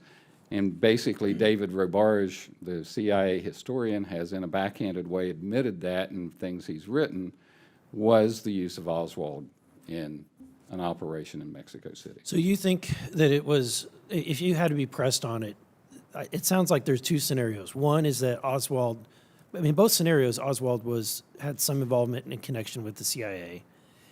But in one scenario, he's being directed by individuals in the CIA to commit the assassination. And then the other scenario is that he did it and they just flubbed. They didn't pick up on the fact that he was planning this assassination. I don't think we can draw any inference from the evidence on any of that as to whether or not he was being directed in the assassination. I don't think that David Phillips and George Joannides were directing him in the assassination. I don't think they would have been let me using ask him in this Mexico question. if they did. Some of the documentation indicates recently from the 2017 release that he was not alone when he went to Mexico City. I can't say that he wasn't alone from the research we did in Mexico City. What we couldn't rule out was that he was imitated, or that another person was there pretending to be Oswald, or that some of the telephone conversations that were recorded on the taps at the Russian and Cuban facilities were actually Oswald speaking. In fact, it's pretty clear that some of the calls that claimed to be Oswald were not Oswald. Wow. Thank you. My time has expired. Thank you. The chair would like to now recognize Mr. Crane for 5 minutes. Thank you, Ms. Chairwoman. Thank you guys for coming today. I want to start with you, Dr. Curtis. As a dental surgeon who was present in the hospital room the day President Kennedy was shot, you were able to observe his wounds and maybe some of his medical records. Is that correct? Can you not hear me, Dr. Curtis? So you were there in the emergency room the day that the president was brought in? Yes. How old were you, sir? How old was I? Yeah. 26. 26. And what did you observe when they brought the president in? The president was already in the room before I arrived. And what I observed about him, that he had probably already deceased. Since you were a dental surgeon, why did they bring you into the operation room? That's one thing Arlen Specter asked me, what is a dentist doing operating on the president? Then I had to qualify myself. The training that I have would encompass those particular procedures. And that's a simple procedure, and I did it well, and I just knew how to do it. There was nobody else there to do it, and I did it because Dr. Carrico asked me to do it. Can you tell us about the wounds that you observed on the president and how they differ from what came out in some of the reporting? The wounds on the president were to his throat and to his head and to his back. The wound to his throat would have killed him. The wound to his head definitely would have killed him. The wound to his back would not have killed him. Did the wounds to his throat and his head look like completely separate wounds? They were two separate wounds. Well, let me show it to you. The blue wound was sent from the railroad trestle all the way over to kill him right here, and that went to his throat. And the way that killed him is that it obstructed the trachea, and he couldn't breathe. So he would have been dead before he reached the hospital just simply because of that wound. The other wound that he had to his head would have killed him instantly because it removed about a third of his brain. Thank you. Mr. Hardway, I want to move to you next. You talked about the obstruction of a federal investigation that you yourself witnessed. You were on the House Select Committee for Assassination, is that correct? Yes, sir. What year would that have been? 1977, 1978. The obstruction occurred entirely in 1978. What was your role in that investigation? My role was a researcher with primary responsibility for researching Lee Harvey Oswald's activities in Mexico City and the CIA response to that. We've heard about some of the administrative roadblocks that the CIA put up for you. Did you have any direct verbal communication with anybody at the CIA? Oh, yeah, frequently. Can you tell us about some of those conversations and how it might have been conceived as obstruction? Well, when we first started, we had unlimited, unexpurgated access. We had 2 clerks assigned to us. We had our office at the CIA. Pretty much went to work out there every morning. We'd ask for a file. They would go get it. We would review it. It was unredacted and given to us in its original state. After they brought George Joannides in, he began slowly tightening down the process. We were no longer working with 2 clerks who went and got us our files. We had to file formally requests through him to get the files, and we started experiencing significant delays in the files that we would get. We started noticing that the files we would get would have obvious things missing from them. Then he went so far as to actually start putting parts of the files in envelopes and leaving them in the files, so that what we would get is we would sign that we'd seen the files, but we weren't allowed to open the stuff that he had placed in envelopes. That came back to haunt us later in dealing with the final report and some of the things we were trying to get out of them, when they would tell the chairman of the committee, he's seen that, here's where he signed for the file. And I would have to explain to Chairman Stokes that, no, that was not in the file when I saw it, because that was what I was looking for, and it was not there. It must have been in one of the envelopes. And so he eventually just shut us down. It culminated on one file that I really wanted to see. When it was presented to me, Mr. Joannides showed up himself to give it to me. He was actually bouncing on his toes. Him and Scott Breckenridge brought the file to me at the CIA, called me back out there to see it. It had not just been redacted, it had been retyped with the redactions in white space as it had been retyped. It was a report on a debriefing of a certain person. I exploded. I acted like a very angry 24-year-old and had choice words for both of them, and stormed out of the office and went back to the headquarters. I subsequently, thanks to Judge Tunheim's work, saw the memorandum to the record that Mr. Breckenridge wrote, and the memorandum for the record says that the file was shown to me and, quote, no objections were recorded, close quote. Notice the way you have to watch what the CIA says. He didn't say that I didn't make any, which is what everyone infers from what he said. What he said was none were recorded, and that's because he made the record. Thank you. I yield back.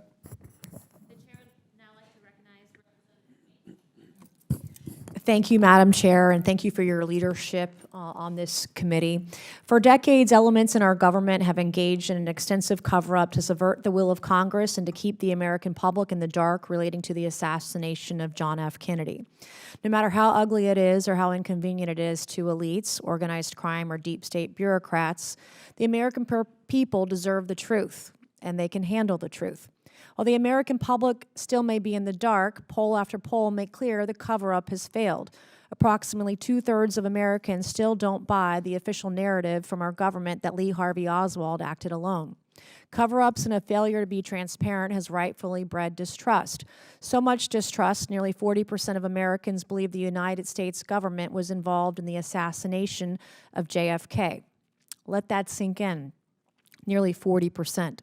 This task force, working alongside President Trump, is working to use sunshine as a disinfectant and give the American people the pure, unvarnished truth they deserve.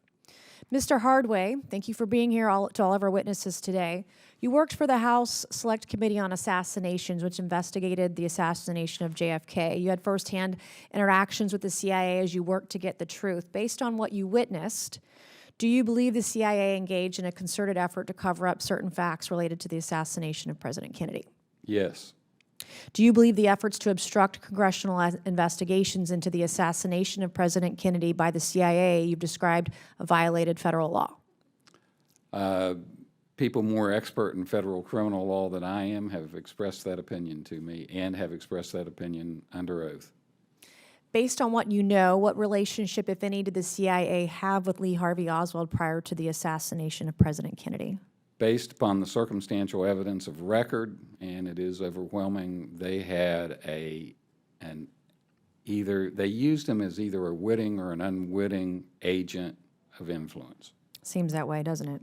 Do you believe there was evidence to suggest the CIA was using Lee Harvey Oswald in active intelligence operations shortly before the assassination of President Kennedy? Yes. Dr. Curtis. Yes. Good afternoon, sir. Good afternoon. You were one of the physicians who treated President Kennedy at Parkland Memorial Hospital after he was shot. You were better situated than almost anyone to see President Kennedy's physical condition when he arrived at the hospital. And yet you've said, I can't reconcile my knowledge of what I saw with the findings of the government, is what you said at the time. Yes. In your medical opinion, what do you attribute as the cause of President Kennedy's wounds? The cause of his death? Mm-hmm. The 2 bullets were fired from the front, caused his death. And either one of them would have. The blue and the green Yes, sir. bullets. And in your medical, in your opinion, how does this differ from the findings of the government as to the cause of the wounds to the president? How did this differ? Could you say that again? I'm sorry. How are your findings that you saw of his condition when he died, how are your findings different from the government?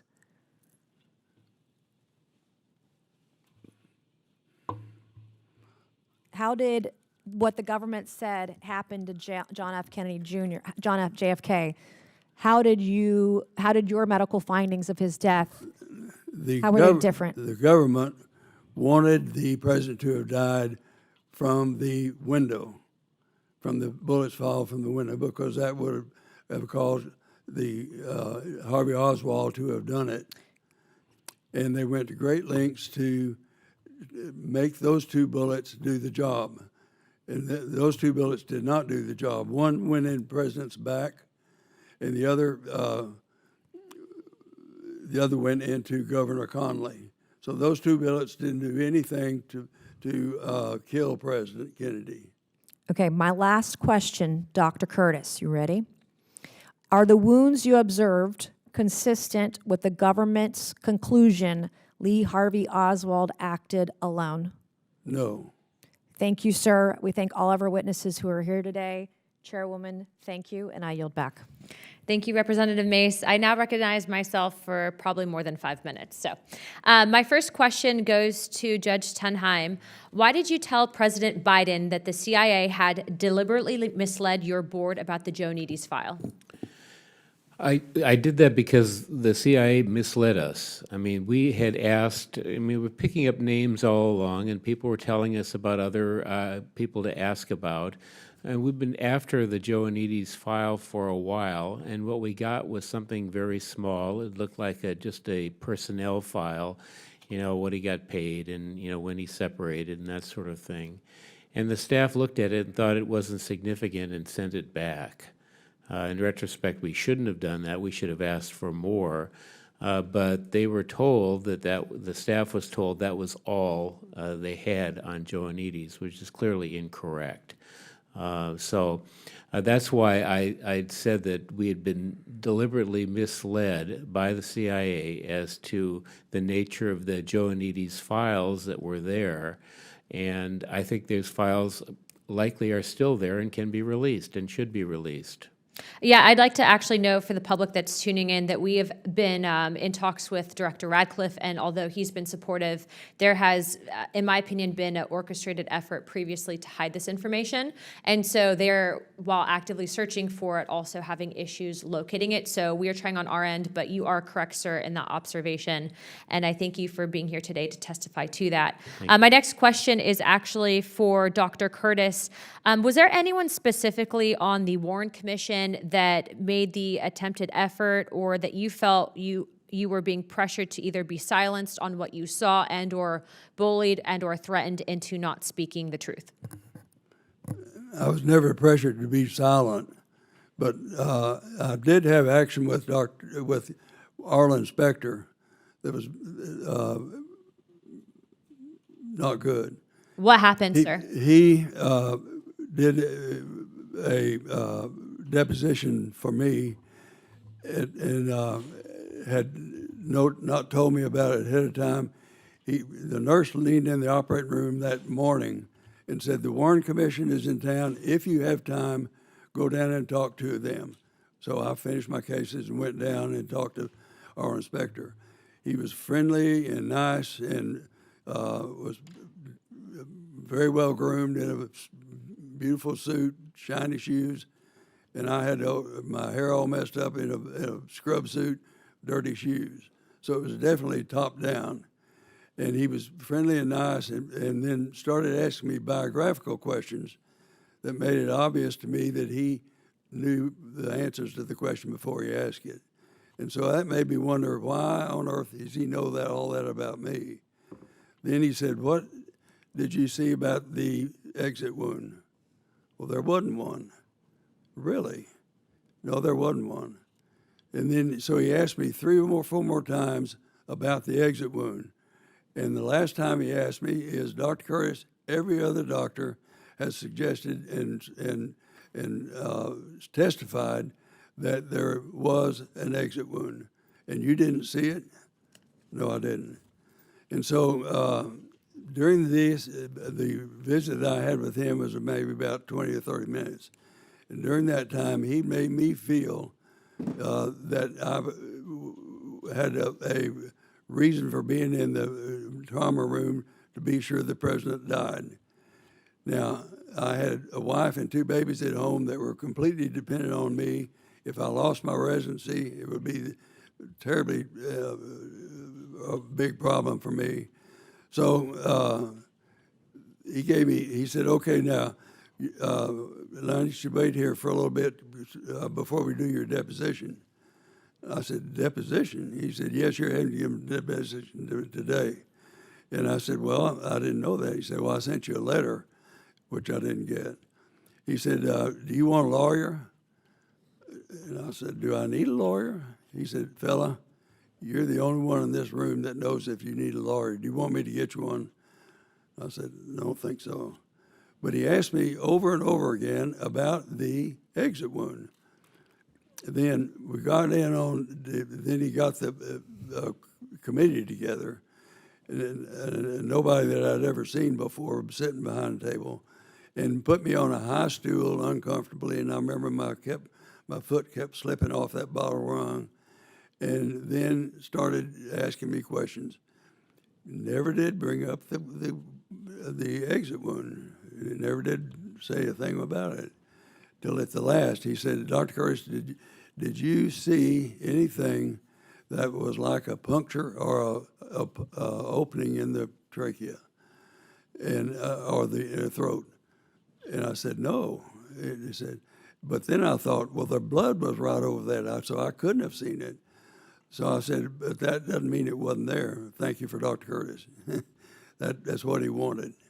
Would it be fair to say that other doctors that you worked with that were in the room that day that were responding to President Kennedy's wounds had the same observations as you?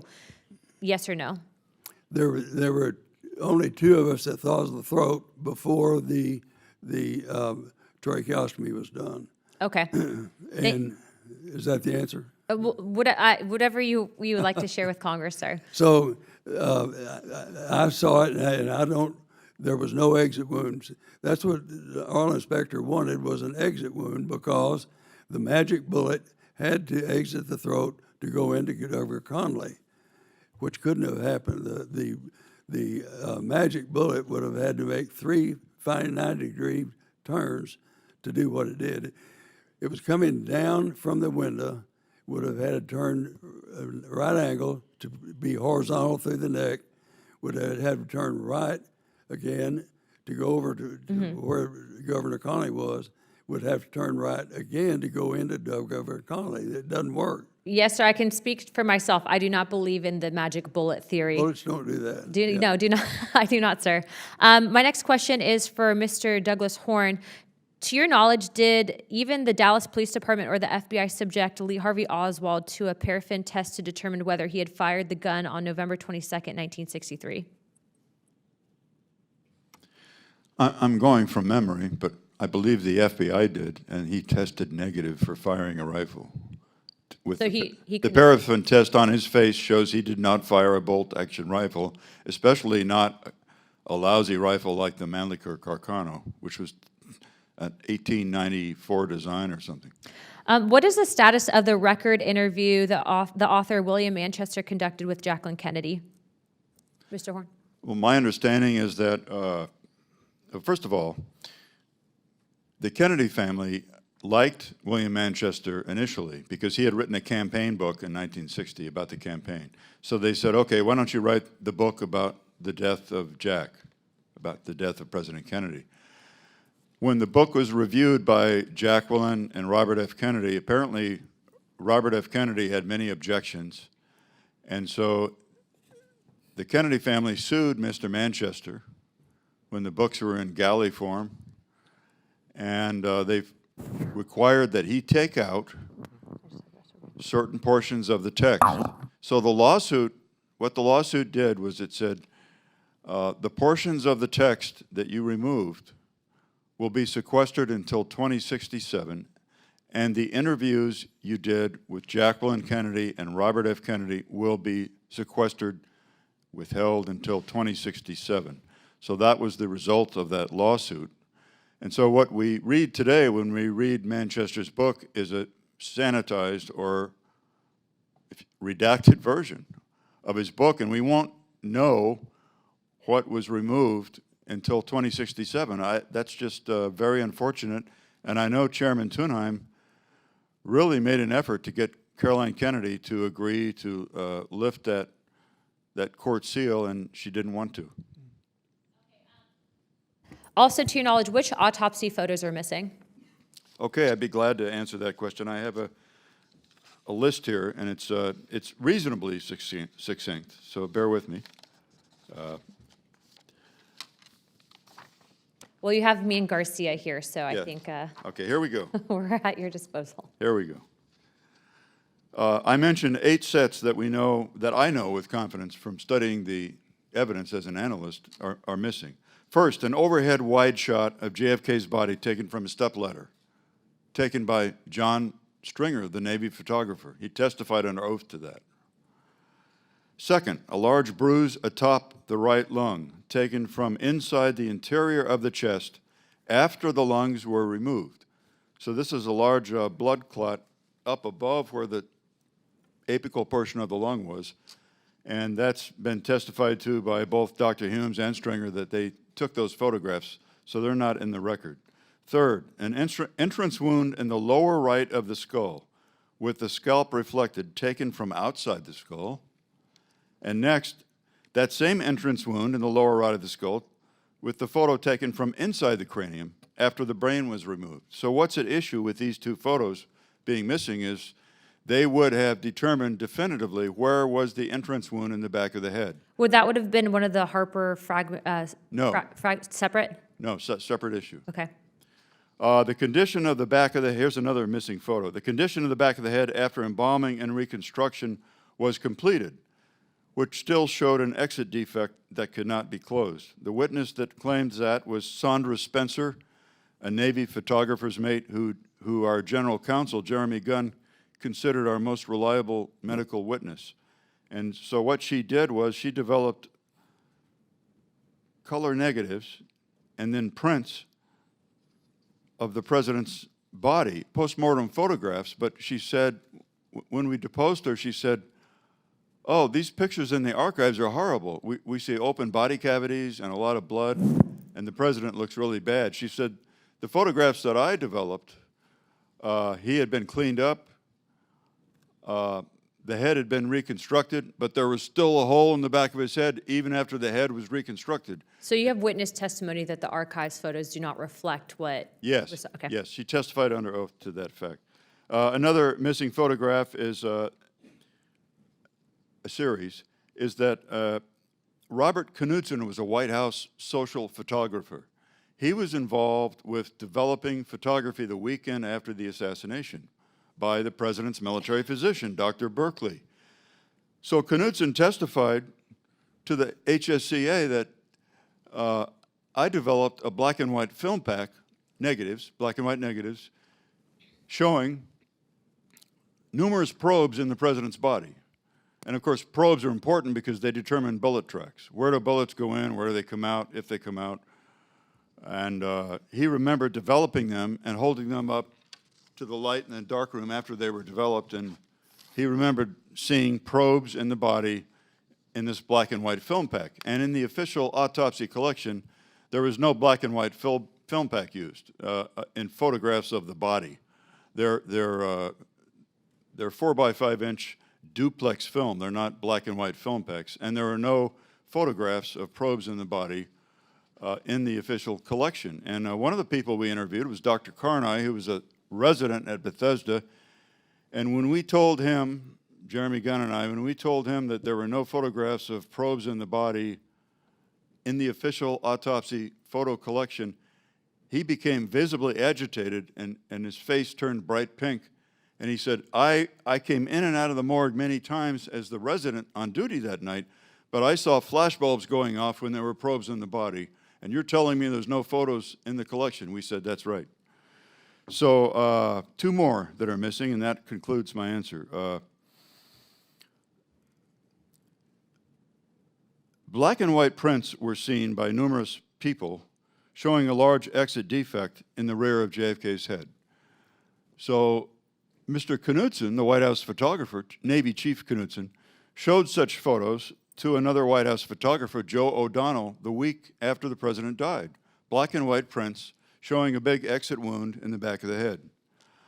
There are no such photos in the collection, but Joe O'Donnell said there were, and another witness that saw those photos was Navy Corpsman Dennis David. And he was shown those photographs by the Bethesda Naval Hospital audiovisual department head, Lieutenant Commander Pitzer. The last type of photo that's missing, black and white prints of an entry wound high in the forehead, up here. Not in the temple, but high in the forehead, above the right eye. Black and white prints showing that were shown by Mr. Knudsen, by Chief Knudsen to Mr. O'Donnell. They were also seen by Dennis David when Lieutenant Commander Pitzer showed him autopsy photographs. And a third witness surfaced in the year 2010, Quentin Schwen, who lives in Cleveland, and he, during a federal job interview, believe it or not, during a federal job interview with an intelligence agency, when he was at the Rochester Institute of Technology, majoring in photography, he was shown a color-positive transparency showing an entry wound high in the forehead of JFK. So that's my kind of lengthy answer on which photographs am I confident are missing. Thank you very much. And then real quickly, because my last line of questioning is for Mr. Balden, what is the evidence that you refer to about an interruption of chain of custody of President Kennedy's body prior to the start of the autopsy shortly after 8 p.m.? Right. Yeah, because of this venue and this format, I'll have to give you a streamlined answer. I'm sure everyone will appreciate that. We know for a fact that the motorcade from Andrews Air Force Base with a bronze Dallas casket in it arrived in front of Bethesda at 6:55 p.m. Remember that time. That's documented by the Secret Service report of Agent Clint Hill and by newspaper reporters. But the review board obtained an extremely important document written by a Marine Corps non-commissioned officer, Sergeant Boyjan of the United States Marine Corps. He led a team of Marines from the Marine barracks in Washington, D.C. to provide physical security at the autopsy. This was not the honor guard in dress uniforms. These were Marines from the Marine barracks to provide physical security. He wrote a report of what happened that night, and he wrote in his report dated November 26, 1963, he wrote that, and he's only talking about what happened with the president because that was his job, was to guard the president's body during the autopsy. He wrote that the casket arrived at 1835 hours. 1835 hours. That's 6:35 p.m., 20 minutes before the motorcade from Andrews arrived. And there is a considerable amount of evidence, a wide range of evidence, that the president's body really arrived by helicopter before the motorcade from Andrews. That's the broken chain of custody. And the issue here, it's a very important issue. The issue here is, if Sergeant Boyjan's report is correct, and he authenticated that to the review board staff, he authenticated that to me with a written letter and with a telephone interview. If his report is correct, then what was happening with the president's body between 6:35 p.m. and 8 o'clock when the autopsy of record started? That's almost an hour and a half. And the simple answer, the streamlined answer, appears to be that many metal fragments were removed from President Kennedy's body before the autopsy of record began. We have witnesses for this. Those would be the bullet fragments, correct? Yes. Tom Robinson of Gawler's Funeral Home saw a vial full of 10 tiny fragments, which he saw picked out of President Kennedy's brain. They were never placed in the record. Dennis David, HM1 Corpsman Dennis David, typed a receipt for a federal agent of 4 large bullet fragments. He thought it would be mass larger than 1 bullet and less mass than 2 bullets, somewhere between 1 and 2 bullets, 4 large fragments. He typed the receipt. He was allowed to handle the fragments by the federal agent. We wouldn't do that today. And the agent took the receipt, the typewriter ribbon, and the fragments, and they were never introduced in the record. So we also have 2 witnesses. To make a long story short, we have 2 witnesses to surgery on the cranium to get this evidence out. And Dr. Humes, the chief pathologist, said under oath to the Warren Commission that I never, to Arlen Specter, I correct myself, Dr. Humes said under oath that I never had to perform a craniotomy. I never had to saw the skull open to get the brain out. And when Dr. Fink arrived late for the autopsy, he was the outsider, the Army guy, arrived at 8:30. Humes told Dr. Fink, no sawing of the skull was necessary. So the end of my response here is that we have 2 witnesses, X-ray technician Ed Reed, under oath to the review board, and Tom Robinson, to both the House committee and to the review board. Tom Robinson told the same account to both the HSCA and to us that he saw, Dr. Humes saw the skull open. So I think bullet fragments were removed from the president's body before the autopsy of record began, and that's why we should have no confidence whatsoever in the autopsy. Thank you very much. My next question is for you, Mr. Balden. Mr. Balden, can you hear me? Yes, I can. Okay, sir, thank you for sticking with us so long. I know it's been kind of long, but if you can, real quick, what did you observe about the Secret Service investigation of President Kennedy's assassination? It was one of the greatest cover-ups of a crime. Now, the Secret Service initiated so many cover-ups. Number one, the number of bullet fragments that were found in the car. Harry Gagline, on November the 26th, looked at the car, the assassination automobile, and he found 2 cartridges laying on the front floorboard. They were very damaged. And he also observed a bullet hole in the windshield. And now he was told not to let the FBI know about any of this and to get the car to Michigan somewhere where they could put a new windshield in and clean the car up. Now, the biggest thing that I was talking about was the violations of constitutional rights that followed, especially in my case, simply because I wouldn't be quiet. I was framed, I was arrested, they attempted to declare me insane. And I was put in Springfield, Missouri, forced to take drugs, mind-boggling drugs. Now that stemmed from the fact that on the 18th of November 1964, I was called to Washington, D.C. And they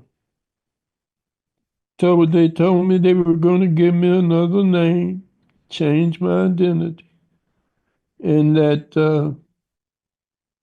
I would become another individual. And that, in fact, did happen. And I think that they were setting me up for assassination myself. I think that that's what was going on.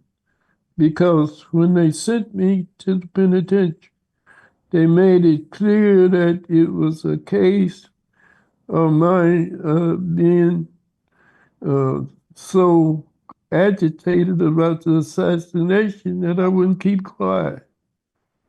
And so they gave me 2 trials. They had 2 convicts that I had arrested, and they put me on trial twice in 1 month. And that was never heard. They kidnapped me out of Washington, D.C., violation of my constitutional right, denied me an attorney simply because they said I was not a player. I was not a team player. I wouldn't keep my mouth shut.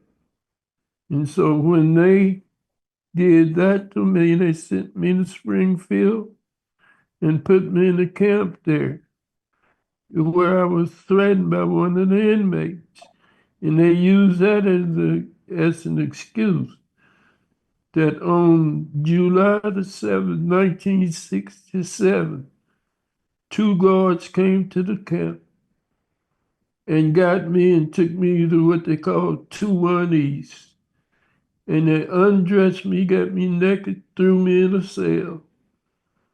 And the next thing I know, they were forcing medication on. The guard came by, he says, we have medication time. I said, I haven't been before a court. No court has said that I was insane. You're supposed to take me to the court. But they didn't do that. They forced me to take these drugs. One of them knocked me out. I fell on the floor, hit back, and had to go into the hospital to have it looked at. And this is how they treated me now. I was kidnapped out of Washington, D.C., brought to Chicago, denied an attorney by the United States Attorney, Edward V. Hanrahan. I was then not given any food on that night, which was May 18, 1964. They didn't let me eat anything because they kept talking about I was not a team player and I didn't keep my mouth shut. And this is how that they control the cover-up. Agents became afraid. They didn't want to talk. And there were so many cover-ups. The chief Rowley put out a memo that said any agent that gave information other than the information that he would provide would be censored severely. Well, when they found out that I wanted to go to the Warren Commission, who was investigating the case appointed by President Johnson, I asked to go testify to the Warren Commission about what the Secret Service were doing and the type of protection that President Kennedy was receiving. And so they brought me from Washington, D.C., denied me an attorney. Every constitutional right was violated and forced me to take medical drugs, stripped me naked, removed me to such prisons. Now here I was, an ex-Secret Service agent. They locked me up with people whom I had put in jail myself. I was threatened by these people. And it really affected me and my wife, Barbara Harbor Balden, who stuck with me throughout this ordeal. And to anybody who's listening, if you have a good wife like Barbara was, keep her. Keep her, because that's the scripture said. A double band is not easily broken. And they're talking about people like my dear wife who passed away in 2005. So I just want people to know that the constitutional rights, when I was on trial in July the 12th, the jury was debating whether or not on a verdict. The judge called the jury forth and told the jury, in my opinion, Balden is guilty of all the counts in the indictment, which were 3 counts. That jury did not find me guilty. So the judge set another trial for 2 weeks later. For 2 weeks now, a second trial. And we asked for a new judge. The judge himself, in violation of the federal procedure, heard the motion himself, when the law says that if a complainant files a motion for change of judge, that the judge who the complainant shall not make the decision as to the presidential action. So here I am now. It took me 90 years. 90 years for anybody to look into it. It broke my heart, because America is supposed to be the leader in constitutional rights. It's supposed to be a leader in democracy. Yet, I felt so abandoned by the system. But I'm glad I did. And I would do it again, because the American people need to know the truth. The truth will set you free. Thank you, Mr. Bolden. Madam Chairman, Yes. or Chairwoman, I'm Tyler Nixon. I'm counsel for Mr. Bolden, and I can just give a minute of clarification here. Mr. Bolden was, in fact, prosecuted on what, I've delved into this case very deeply. This was one of the most rigged. You want to talk about weaponization of the judicial system and the justice system. This man was railroaded. He had a judge, as he said, who told the jury that he believed that he was guilty. He set a new trial, and the 2 accusing witnesses were 2 men that he had arrested previously as counterfeiters. And the main witness, who purportedly, out of the goodness of his heart, went to the head of the Secret Service, Maurice Martineau, to report the supposed solicitation of a bribe, which was the accusation, admitted in his trial about 4 months later, that he perjured himself in Mr. Balden's trial? Yes, Mr. Nixon, we actually would be happy to collect all that information off record, but just due to process, as you're not a stated witness, we just have to be careful about, yeah. But I will say, at least I speak for myself, I do not believe that Mr. Balden was actually guilty of a crime. I do believe that he was falsely, if you will, framed. And so on behalf of the U.S. government, we'd like to apologize to him and his family, because obviously that's not how we are supposed to treat people in this country. And so you have our sympathy and as well as our apology for the treatment of that. But we will be happy to follow up on that, because as stated, we would like to collect and make sure that this does not happen to future individuals, and that requires changing of laws and also putting protections in place.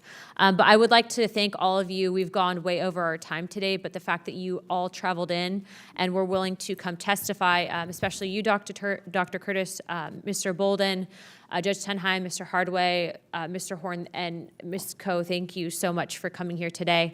If you do have any other information you would like to submit to the task force, we will happily accept that, and we will be following up on some of these suggestions that you have all made today. And with that, without objection, all members will have 5 legislative days in which to submit materials and additional written questions for the witnesses, which will be forwarded to the witnesses for their responses as well. If you'd like to submit anything else to the record, we'd be happily accepting of that. If there are no further business, without objection, the task force stands adjourned.